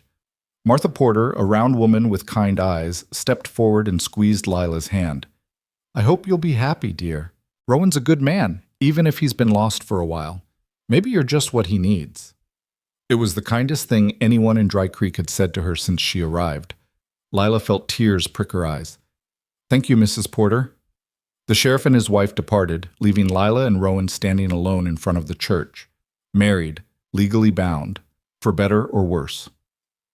We should head back, Rowan said quietly. Unless you want to stay in town for a bit, get supper at the boarding house or something. The thought of sitting in a public dining room on her wedding day, still in her everyday dress, with no celebration and no joy, made Lila want to cry. I'd rather go home. Rowan nodded and helped her back into the wagon. They rode out of town the same way they'd come in, quickly, quietly, without fanfare or well wishes. Just two people who'd signed their names to a contract and hoped it would be enough to build a life on. The sun was lowering toward the horizon by the time they reached the ranch. The familiar sight of the house and barn should have been comforting, but instead Lila felt a strange sense of dislocation. She'd left this morning as a woman living in Rowan Blake's house under questionable circumstances. She was returning as Rowan Blake's wife. The building was the same, but everything had changed. Rowan helped her down from the wagon and started unhitching the horses. I'll get these settled in the barn. You go on inside, get comfortable. Lila wanted to say something, thank you, or I'm sorry, or I hope we haven't made a terrible mistake, but the words stuck in her throat. She just nodded and walked toward the house. Inside, everything was exactly as they'd left it. The breakfast dishes still sat on the counter, waiting to be washed. The fire in the stove had burned down to embers. Catherine's blue shawl still hung by the door next to Lila's plum wool one. Lila stood in the center of the main room, suddenly overwhelmed by the reality of her situation. This was her house now. Legally. She was Mrs. Rowan Blake. She had a right to be here, a right that no reverend or gossiping woman could take away. But that right had come at the cost of any romantic notion she'd ever had about marriage. She started a fire in the stove and began preparing supper, chicken stew and cornbread, simple but filling. Cooking gave her something to do with her hands, something to focus on besides the confusion of emotions churning in her chest. Rowan came in as she was setting the table. He'd washed up at the pump outside, his hair still damp, his sleeves rolled up. He looked at the food, then at her, and something uncomfortable crossed his face. "You didn't have to cook. Not tonight. We could have just had bread and cheese." "I needed something to do," Lila said honestly. He nodded and sat down. They ate in silence, the quiet stretching between them like a chasm neither knew how to cross. The food was good, but Lila could barely taste it. Every bite felt like swallowing stones. Finally, Rowan pushed his plate back and said, "We should talk about how this is going to work." Lila's hand stilled on her fork. "All right. Nothing has to change from how it's been. You keep your room, I keep mine. You do your work, I do mine. We live like we've been living, just with papers that say we're legal." He paused, seeming to choose his words carefully. "But if people ask, when they ask, you're my wife. Not my housekeeper, not my charity case. My wife. And I'll expect you to say the same." "I can do that. And if you need anything, anything at all, you ask me. Money, supplies, whatever. You're not a guest anymore. This is your home, and you got a right to everything in it." The words should have been reassuring, but they felt more like a business agreement than a marriage. Lila nodded, not trusting herself to speak. Rowan stood up and carried his dishes to the wash basin. "I got work to finish in the barn. I'll be back in an hour or so." Then he was gone, leaving Lila alone on her wedding night with dirty dishes and a heart full of confusion. She cleaned up slowly, her movements automatic. When everything was put away, she stood in the empty kitchen and finally let herself cry. Not loud, dramatic sobs, but quiet tears that slipped down her cheeks and dripped onto her plum dress. She cried for the girl she'd been who dreamed of a white wedding and a husband who loved her. She cried for the reality she'd accepted instead, a practical arrangement with a man who was still in love with a ghost. She cried because she was grateful and heartbroken all at once, because safety and affection weren't the same thing, and because she'd just legally bound herself to someone who saw her as a solution rather than a person worth choosing.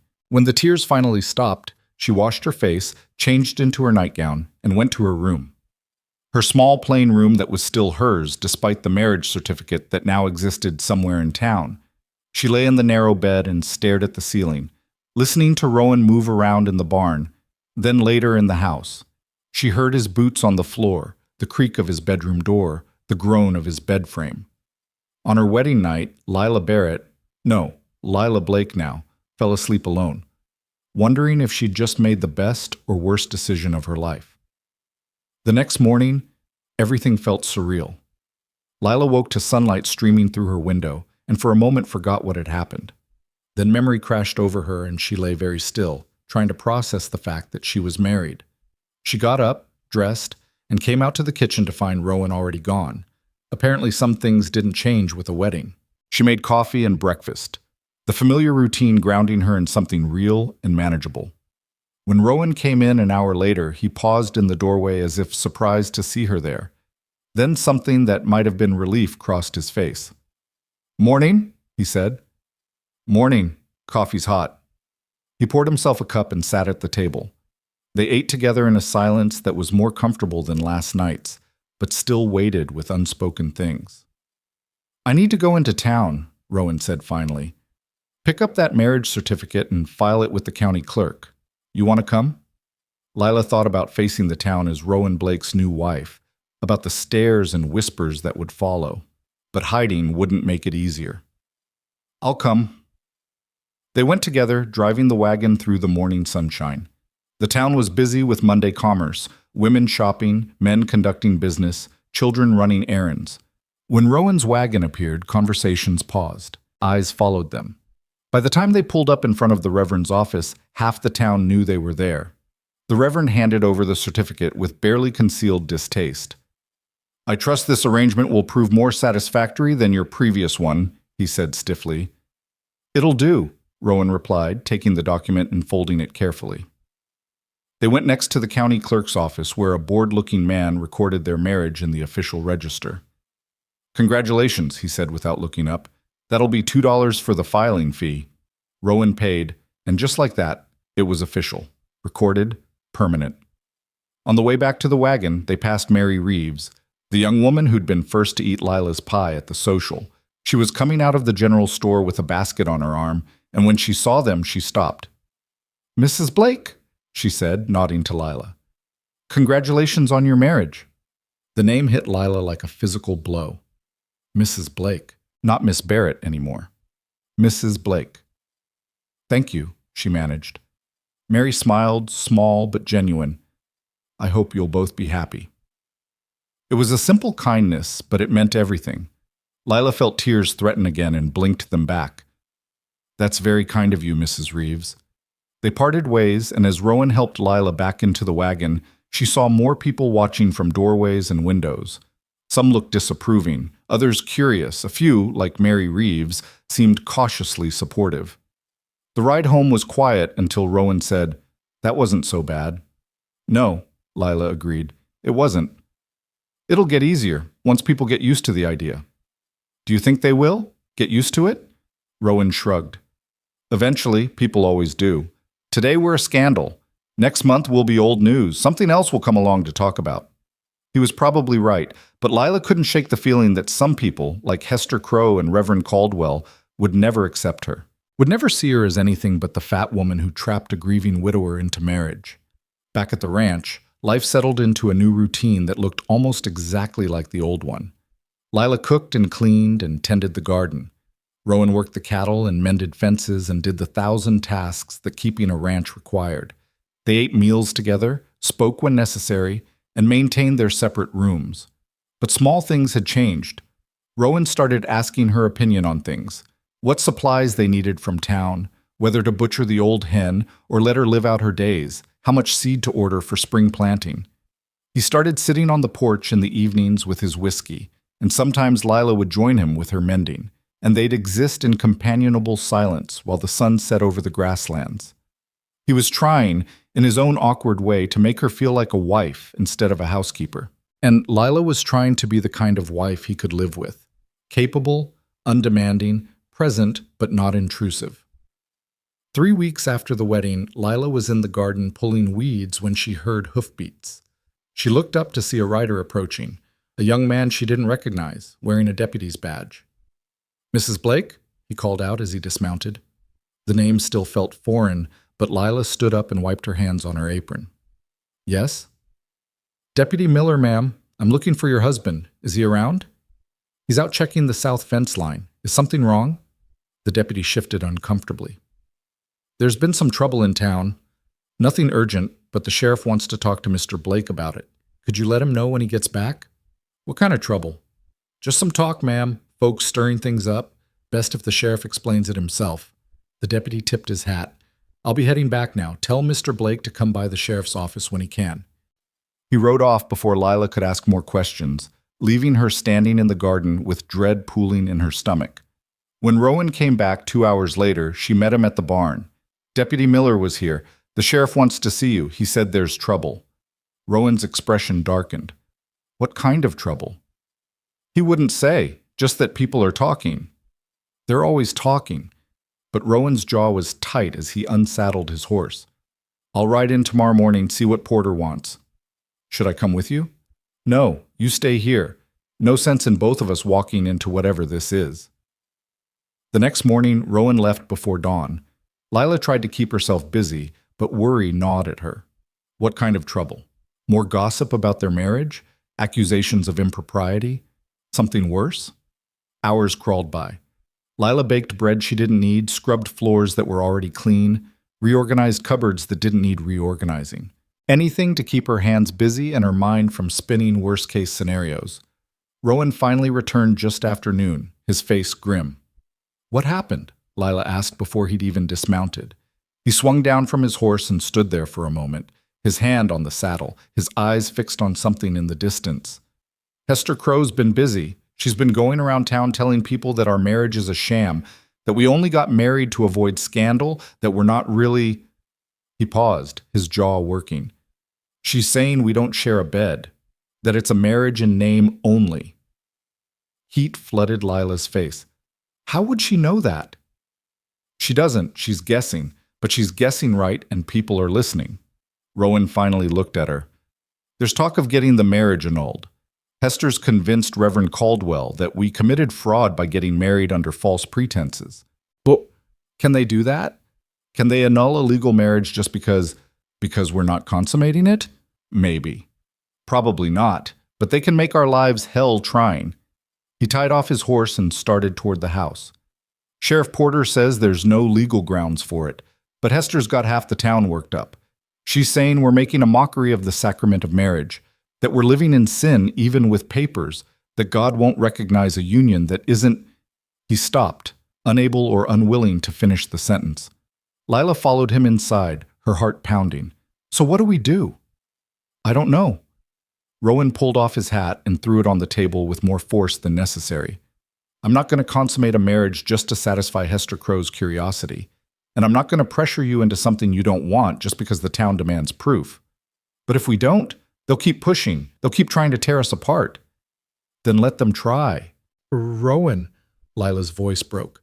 "I didn't come here to ruin your life. I didn't ask you to marry me. You offered, and I accepted because I thought it would make things easier, but now it's worse. Now they're saying we're frauds and sinners and—" "Stop." Rowan crossed to her, his hands coming up to grip her shoulders. It was the first time he touched her with intention since their wedding kiss. "Listen to me. None of this is your fault. You didn't ruin anything. You understand?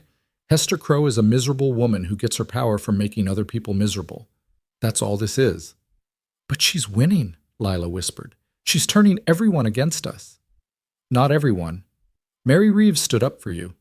Martha Porter signed our marriage certificate. There are good people in this town, even if they're quieter than the bad ones." His grip tightened slightly. "We're going to get through this. Together. As husband and wife, legal and recognized, whether Hester Crow likes it or not." Lila looked up at him, this hard man with his careful walls and his unexpected kindness. "How?" "By living our lives. By not giving her the satisfaction of seeing us break." He released her shoulders and stepped back. "And by making it clear that our marriage is nobody's business but ours." That night, Lila lay in bed and thought about what Rowan had said. About living their lives. About not breaking. About marriage being nobody's business but theirs. But the truth was, in a small town like Dry Creek, everything was everyone's business, and as long as people had questions about their marriage, those questions would fester and grow until they poisoned everything. She thought about the marriage certificate filed in the county clerk's office, about the vows they'd spoken in the empty church, about the kiss that had lasted 3 seconds and changed her name forever.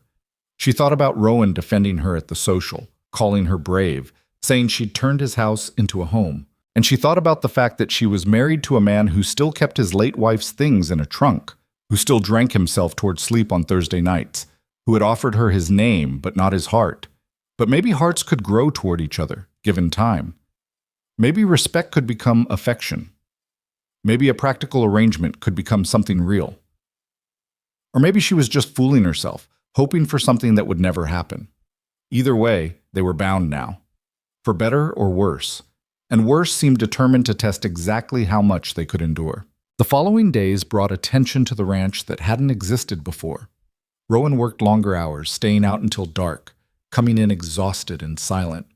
Lila kept herself busy with endless tasks, but the weight of Hester Crow's accusations hung over everything like storm clouds that wouldn't break. They were careful around each other now, hyper-aware of every interaction, every word, every accidental touch, as if the town's scrutiny had followed them home and was watching from the corners of their own house. On the fourth day after Rowan's meeting with the sheriff, another letter arrived. This time it was addressed only to Rowan, sealed with the church's mark.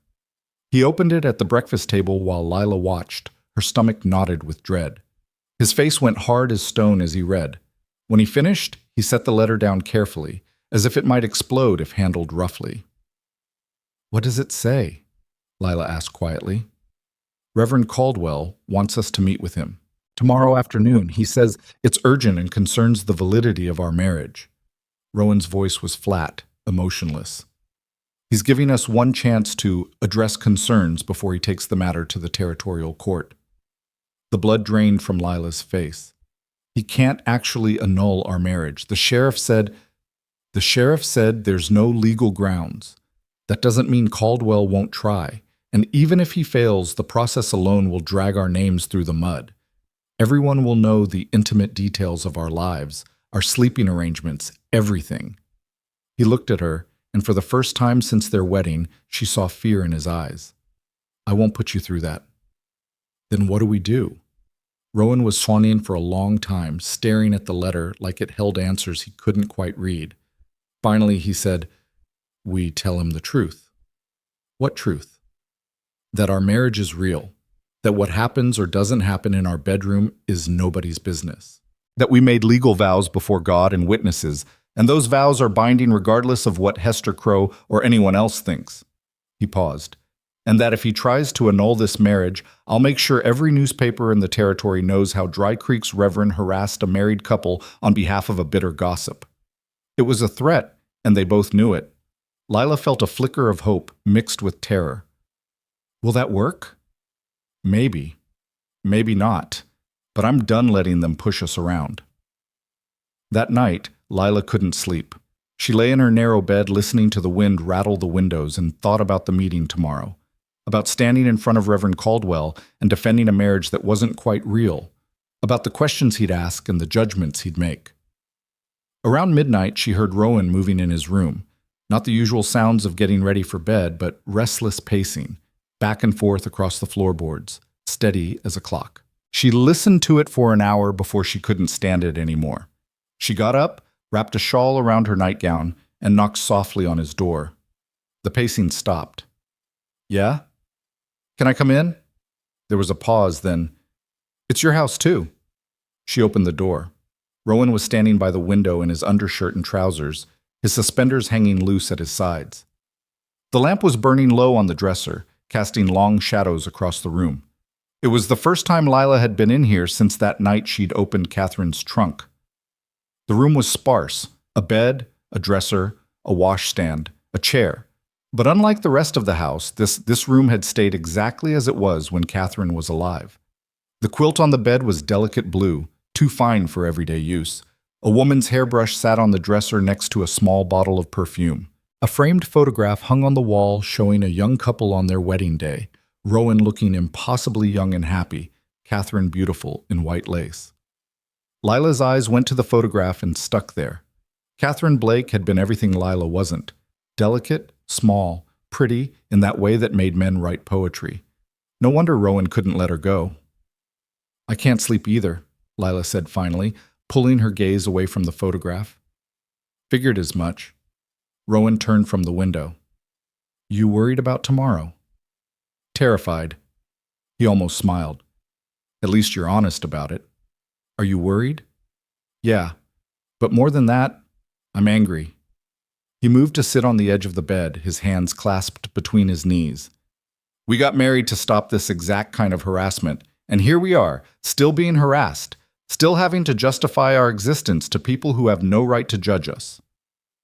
Lila sat in the chair near the dresser, pulling her shawl tighter. "Maybe they're right, though. Maybe our marriage is a fraud. We don't—" She couldn't finish the sentence, heat flooding her face. "We don't what? Share a bed?" Rowan's voice was sharp. "Lila, listen to me. A marriage is more than what happens in the dark. It's partnership. It's trust. It's choosing to face life with someone instead of alone. We've got all of that, whether or not we're—" He stopped, his own face reddening slightly. "What I'm trying to say is, our marriage is real. It might not look like other people's marriages, but it's ours, and it's real." "Is it?" The question came out smaller than she intended. Or are we just two lonely people living in the same house because we're both too scared to be alone? Rowan looked at her for a long moment, his expression unreadable. Then he said, "Maybe that's all any marriage is at the start. Two people scared of being alone, hoping the other person is worth the risk." And are we? Worth the risk? I think so. He rubbed his hand over his face, suddenly looking exhausted. Catherine and I, what we had was real, but it was also easy. We fell in love young and grew up together. We wanted the same things, liked the same things. There was never any question about whether we fit. It was the first time he'd really talked about Catherine, and Lila found herself leaning forward, hungry for understanding. With you, it's different, Rowan continued. Nothing about this has been easy. We got thrown together by circumstance, married out of necessity, and we're still figuring out how to exist in the same space. But that doesn't make it less real. If anything, it makes it more real because we're choosing it every day. But you don't love me, Lila whispered. You love her. I did love her. I'll always love her. She was my first love, my wife for 10 years, and she's part of who I am. He looked directly at Lila. But she's gone, and you're here. And maybe I don't love you the way I loved her, but that doesn't mean what I feel for you isn't important. What do you feel for me? Rowan seemed to struggle with the words. Respect. Gratitude. Something that might grow into affection if we let it. And more than that, I feel like I can breathe again. Like this house isn't a tomb anymore. Like there's a future worth working toward instead of just surviving until I can join Catherine in the ground. Tears spilled down Lila's cheeks. I don't know if that's enough. It's more than most people get. He stood up and crossed to her, kneeling down so they were at eye level. Lila, I know I'm not what you hoped for when you came west. I know I'm damaged and difficult and still haunted by a woman who's been dead for 7 years. But I'm trying. I'm trying to be a decent husband to you, even if I don't know how. And if you can be patient with me, maybe we can figure out how to make this marriage into something good. Lila reached out and touched his face, her fingers trembling against his rough cheek. I'm scared. Me too. What if tomorrow they take this away from us?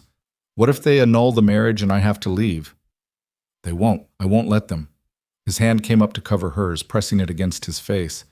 You're my wife, Lila, legal and binding, and I'll fight anyone who tries to change that. She believed him. In that moment, kneeling in his late wife's room with shadows dancing on the walls, she believed that this hard, damaged man would fight for her. Not because he loved her, but because she was his, and he protected what was his.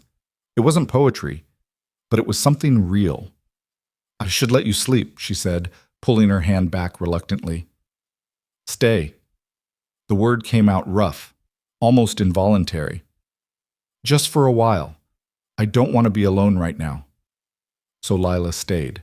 She sat in the chair while Rowan lay down on top of the covers, and they talked in low voices about nothing important, the garden, the cattle, whether to plant corn or wheat in the east field. Simple things that had nothing to do with marriage or annulments or the battle waiting for them tomorrow. And gradually, as the hours passed, the tension drained out of both of them. Lila woke to sunlight streaming through unfamiliar windows and a moment of panic before she remembered where she was. She'd fallen asleep in the chair in Rowan's room, her shawl pulled around her like a blanket. Rowan was still asleep on the bed, one arm thrown over his eyes, his breathing deep and even. She watched him for a moment, this man she'd married but barely knew. In sleep, his face relaxed, the hard lines softening into something younger and more vulnerable. She could see traces of the man he'd been before grief hollowed him out. She slipped out quietly and went to her own room to dress. Her reflection in the cracked mirror showed a woman who looked tired but somehow more settled, more like she belonged. When she came out to make breakfast, Rowan was already at the table, fully dressed, his hair damp from washing. He looked up when she entered, and something passed between them, acknowledgement of the intimacy they'd shared, even if it was just words in the dark. Morning, he said. Morning. She started the coffee. You ready for today? As ready as I'll ever be. He paused. Thank you. For last night. For staying. You're my husband, Lila said simply. Where else would I be? They ate breakfast in comfortable silence, then spent the morning preparing for the meeting. Rowan put on his best suit, the one he'd been married in 7 years ago, slightly tight now but still respectable. Lila wore her plum dress, brushed and pressed until it looked almost elegant. At noon, they rode into town together. Reverend Caldwell was waiting in his office with Hester Crow at his side.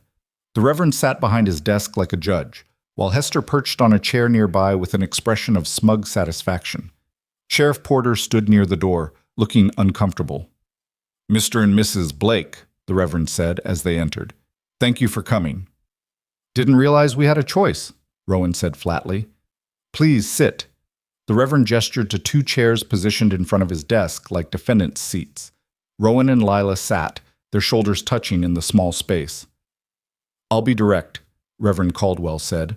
"Concerns have been raised about the legitimacy of your marriage, specifically whether it constitutes a true union as recognized by both law and Scripture. Mrs. Crow has provided testimony suggesting that your marriage is one of convenience only, lacking the fundamental elements that make a marriage valid." "Mrs. Crow has been spying on us," Rowan said coldly. "That's what you mean." Hester's face flushed. "I've done no such thing, but in a small town certain things become apparent. The fact that you maintain separate bedrooms, the fact that there's been no evidence of marital intimacy, the fact that this entire arrangement was clearly designed to silence gossip rather than create a genuine union." "Our sleeping arrangements are none of your business," Lila said, her voice shaking but firm. "They are when they indicate fraud," Hester shot back. "You trapped Mr. Blake into this marriage to secure your own position. You're using him for shelter and status while giving nothing in return." "That's enough," Sheriff Porter said from the doorway. "Mrs. Crow, you're here as a witness, not a prosecutor." "I'm here as a concerned member of the community," Hester snapped. "Someone has to protect decent people from opportunists and frauds." "The only fraud here is you," Rowan said, his voice deadly quiet. "You're a bitter woman who can't stand to see anyone find peace because you've never had any yourself. So you tear apart anyone who threatens your miserable little kingdom of gossip and judgment. How dare you? I dare because I'm done pretending to respect you." Rowan stood up, his full height suddenly imposing in the small office. "You want to know about my marriage? Fine.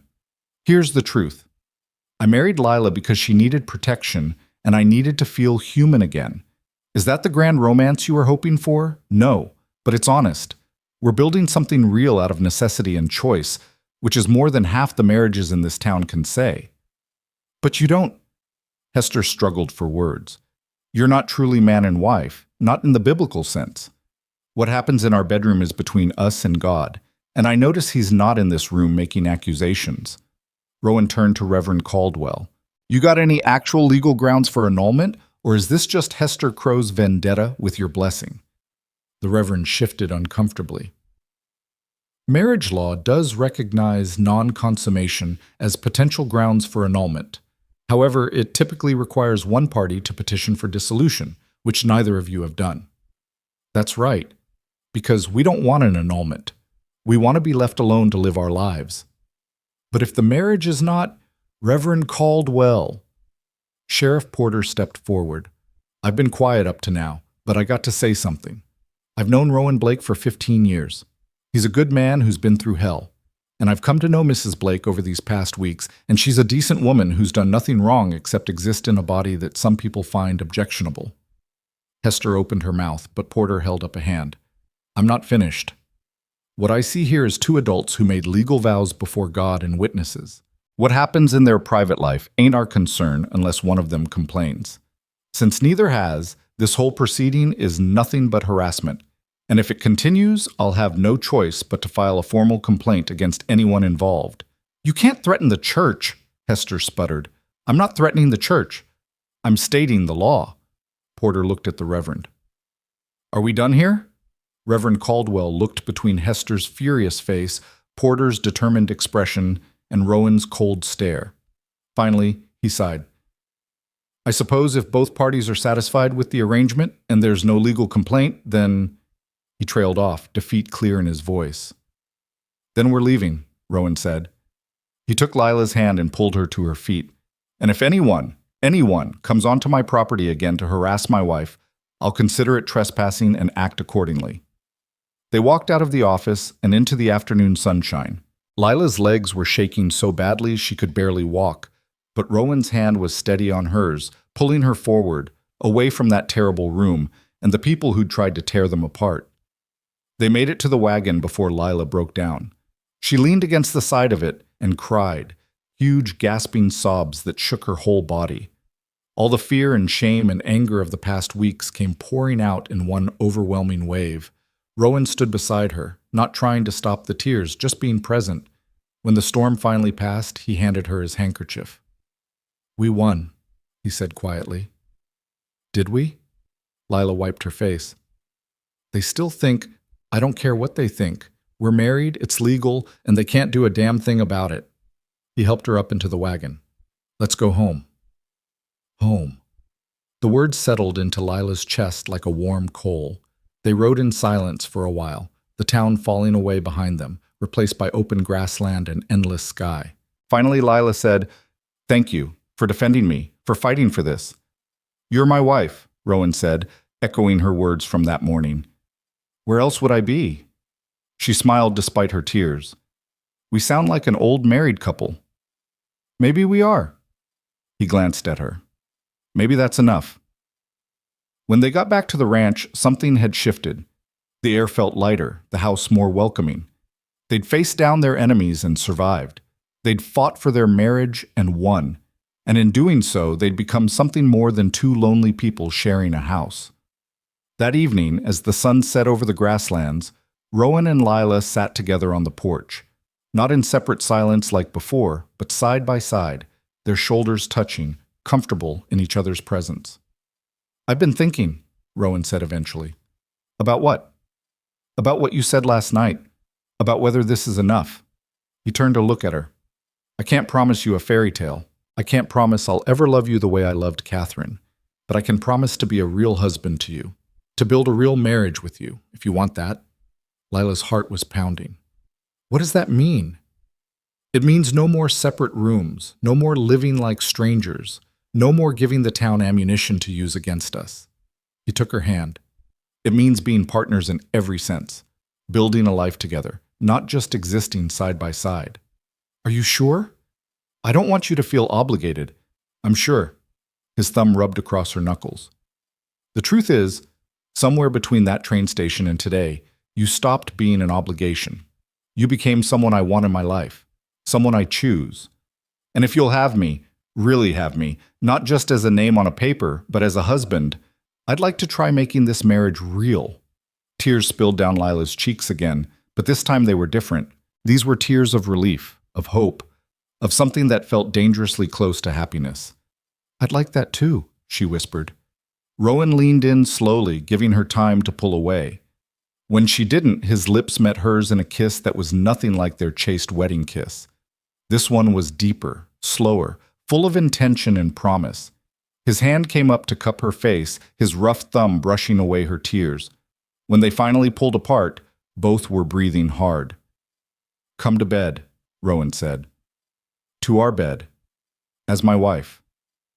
Lila nodded, unable to speak past the emotion clogging her throat. They went inside together. Rowan led her to his room, their room now, and slowly, gently, showed her what it meant to be truly chosen. To be wanted, not despite her body, but with it. To be held and treasured by a man who'd learned the hard way that love came in different forms, and all of them mattered. The weeks that followed brought changes both subtle and profound.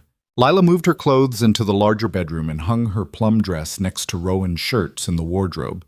They put Catherine's things, the blue shawl, the trunk, the delicate quilts, into storage in the barn, not discarded but no longer dominating the present. The photograph stayed on the wall because Rowan wasn't ready to let it go completely, and Lila understood that some ghosts earned the right to remain. They worked side by side during the days and lay entwined at night, learning each other's bodies and hearts with patient curiosity. Rowan was gentle and thorough, showing Lila that her size didn't make her less desirable, but simply meant there was more of her to appreciate.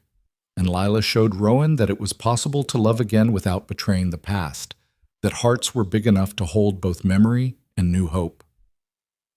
The town gossip didn't disappear overnight, but it gradually lost its power. When Rowan and Lila went to the general store together, walking side by side with an ease that spoke of true partnership, people noticed. When Mary Reeves organized a quilting circle and invited Lila, and Lila attended and contributed beautiful stitching, people noticed. When Rowan spoke of my wife with pride instead of obligation, people noticed. Hester Crow never accepted them, but her influence waned as others grew tired of her constant bitterness. Reverend Caldwell maintained his disapproval but kept it private, unwilling to risk another public humiliation. And slowly, grudgingly, Dry Creek made space for a marriage that didn't fit its expectations but worked anyway. 6 months after their wedding, Lila stood in the garden wearing a new dress she'd made from yellow cotton, bright and cheerful, fitted to her body with pride instead of shame. She was pulling carrots when she felt Rowan's arms circle her waist from behind. "Getting cold out here," he murmured against her neck. "Come inside." "In a minute. I want to finish this row." He chuckled. "Stubborn woman." "You're stubborn woman," she corrected. "Yeah." He pressed a kiss to her temple. "Mine." She leaned back against him, solid and warm, and looked across the ranch that had become her home. The house where she'd arrived as an unwanted stranger and stayed as a cherished wife. The land she'd learned to work and love. The life she'd built from nothing but necessity and choice. In town, they still called her that woman sometimes, still whispered about the fat bride and the lonely widower. But increasingly, more often, they called her something else, Lila Blake, Rowan's wife. The woman who made the best pie at church socials. The woman who doctored sick children when fever struck. The woman who'd proven that worthiness wasn't measured in inches or pounds, but in character and courage. And at home, in the privacy of their bedroom where Catherine's photograph still hung, but no longer haunted, Rowan called her something simpler. Beloved. It wasn't the fairy tale Lila had dreamed of as a girl. There was no white wedding or passionate declarations, just two damaged people who'd found each other in the worst circumstances and chosen to build something good anyway. Just a marriage that had started as survival and grown into something neither could have predicted.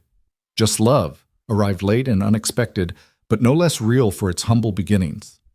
That night, as Lila hung her apron beside Catherine's old shawl, two stories sharing one hook, neither erasing the other, she looked at her reflection in the bedroom mirror. The woman looking back was still big, still plain by conventional standards. But she stood differently now, carried herself with the confidence of someone who knew her own value. She was Lila Blake, wife, partner, homemaker in the truest sense. The woman who'd stepped off a train to mockery and found her place anyway. The woman who'd been told she was too much her whole life and finally found someone who said she was exactly enough. Rowan came up behind her, his hands settling on her shoulders. In the mirror, they looked like what they were, a real couple, matched not by beauty or circumstance, but by choice and time and the stubborn determination to make something lasting out of broken pieces. "What are you thinking about?" he asked. "That I'm glad the train brought me here, even though it was awful, even though it hurt." She turned in his arms. "Because it brought me to you." "I'm glad too." He kissed her forehead. "Come to bed, Mrs. Blake." She followed him, shedding the yellow dress, climbing beneath the quilts they'd chosen together, new ones made for both of them, no longer haunted by the past. And as Rowan gathered her close, his body warm against hers, Lila thought about the long journey that had brought her here. The pain and shame and fear that had almost broken her. And the miracle of finding that on the other side of all that suffering was this: a home, a husband, a life worth living. Not perfect, not easy, but hers, earned through courage and patience and the willingness to believe she deserved good things even when the world said otherwise. Outside, the Wyoming wind sang through the grasslands. Inside, two people who'd been broken found wholeness in each other's arms. And in a small town that had tried to tear them apart, a marriage that should never have worked proved that love, real, messy, imperfect love, could grow anywhere, even in the hardest soil. Lila Barrett had stepped off a train with nothing. Lila Blake fell asleep with everything that mattered: safety, purpose, and the certain knowledge that she would never be alone or unwanted again. And that was more than enough. That was everything.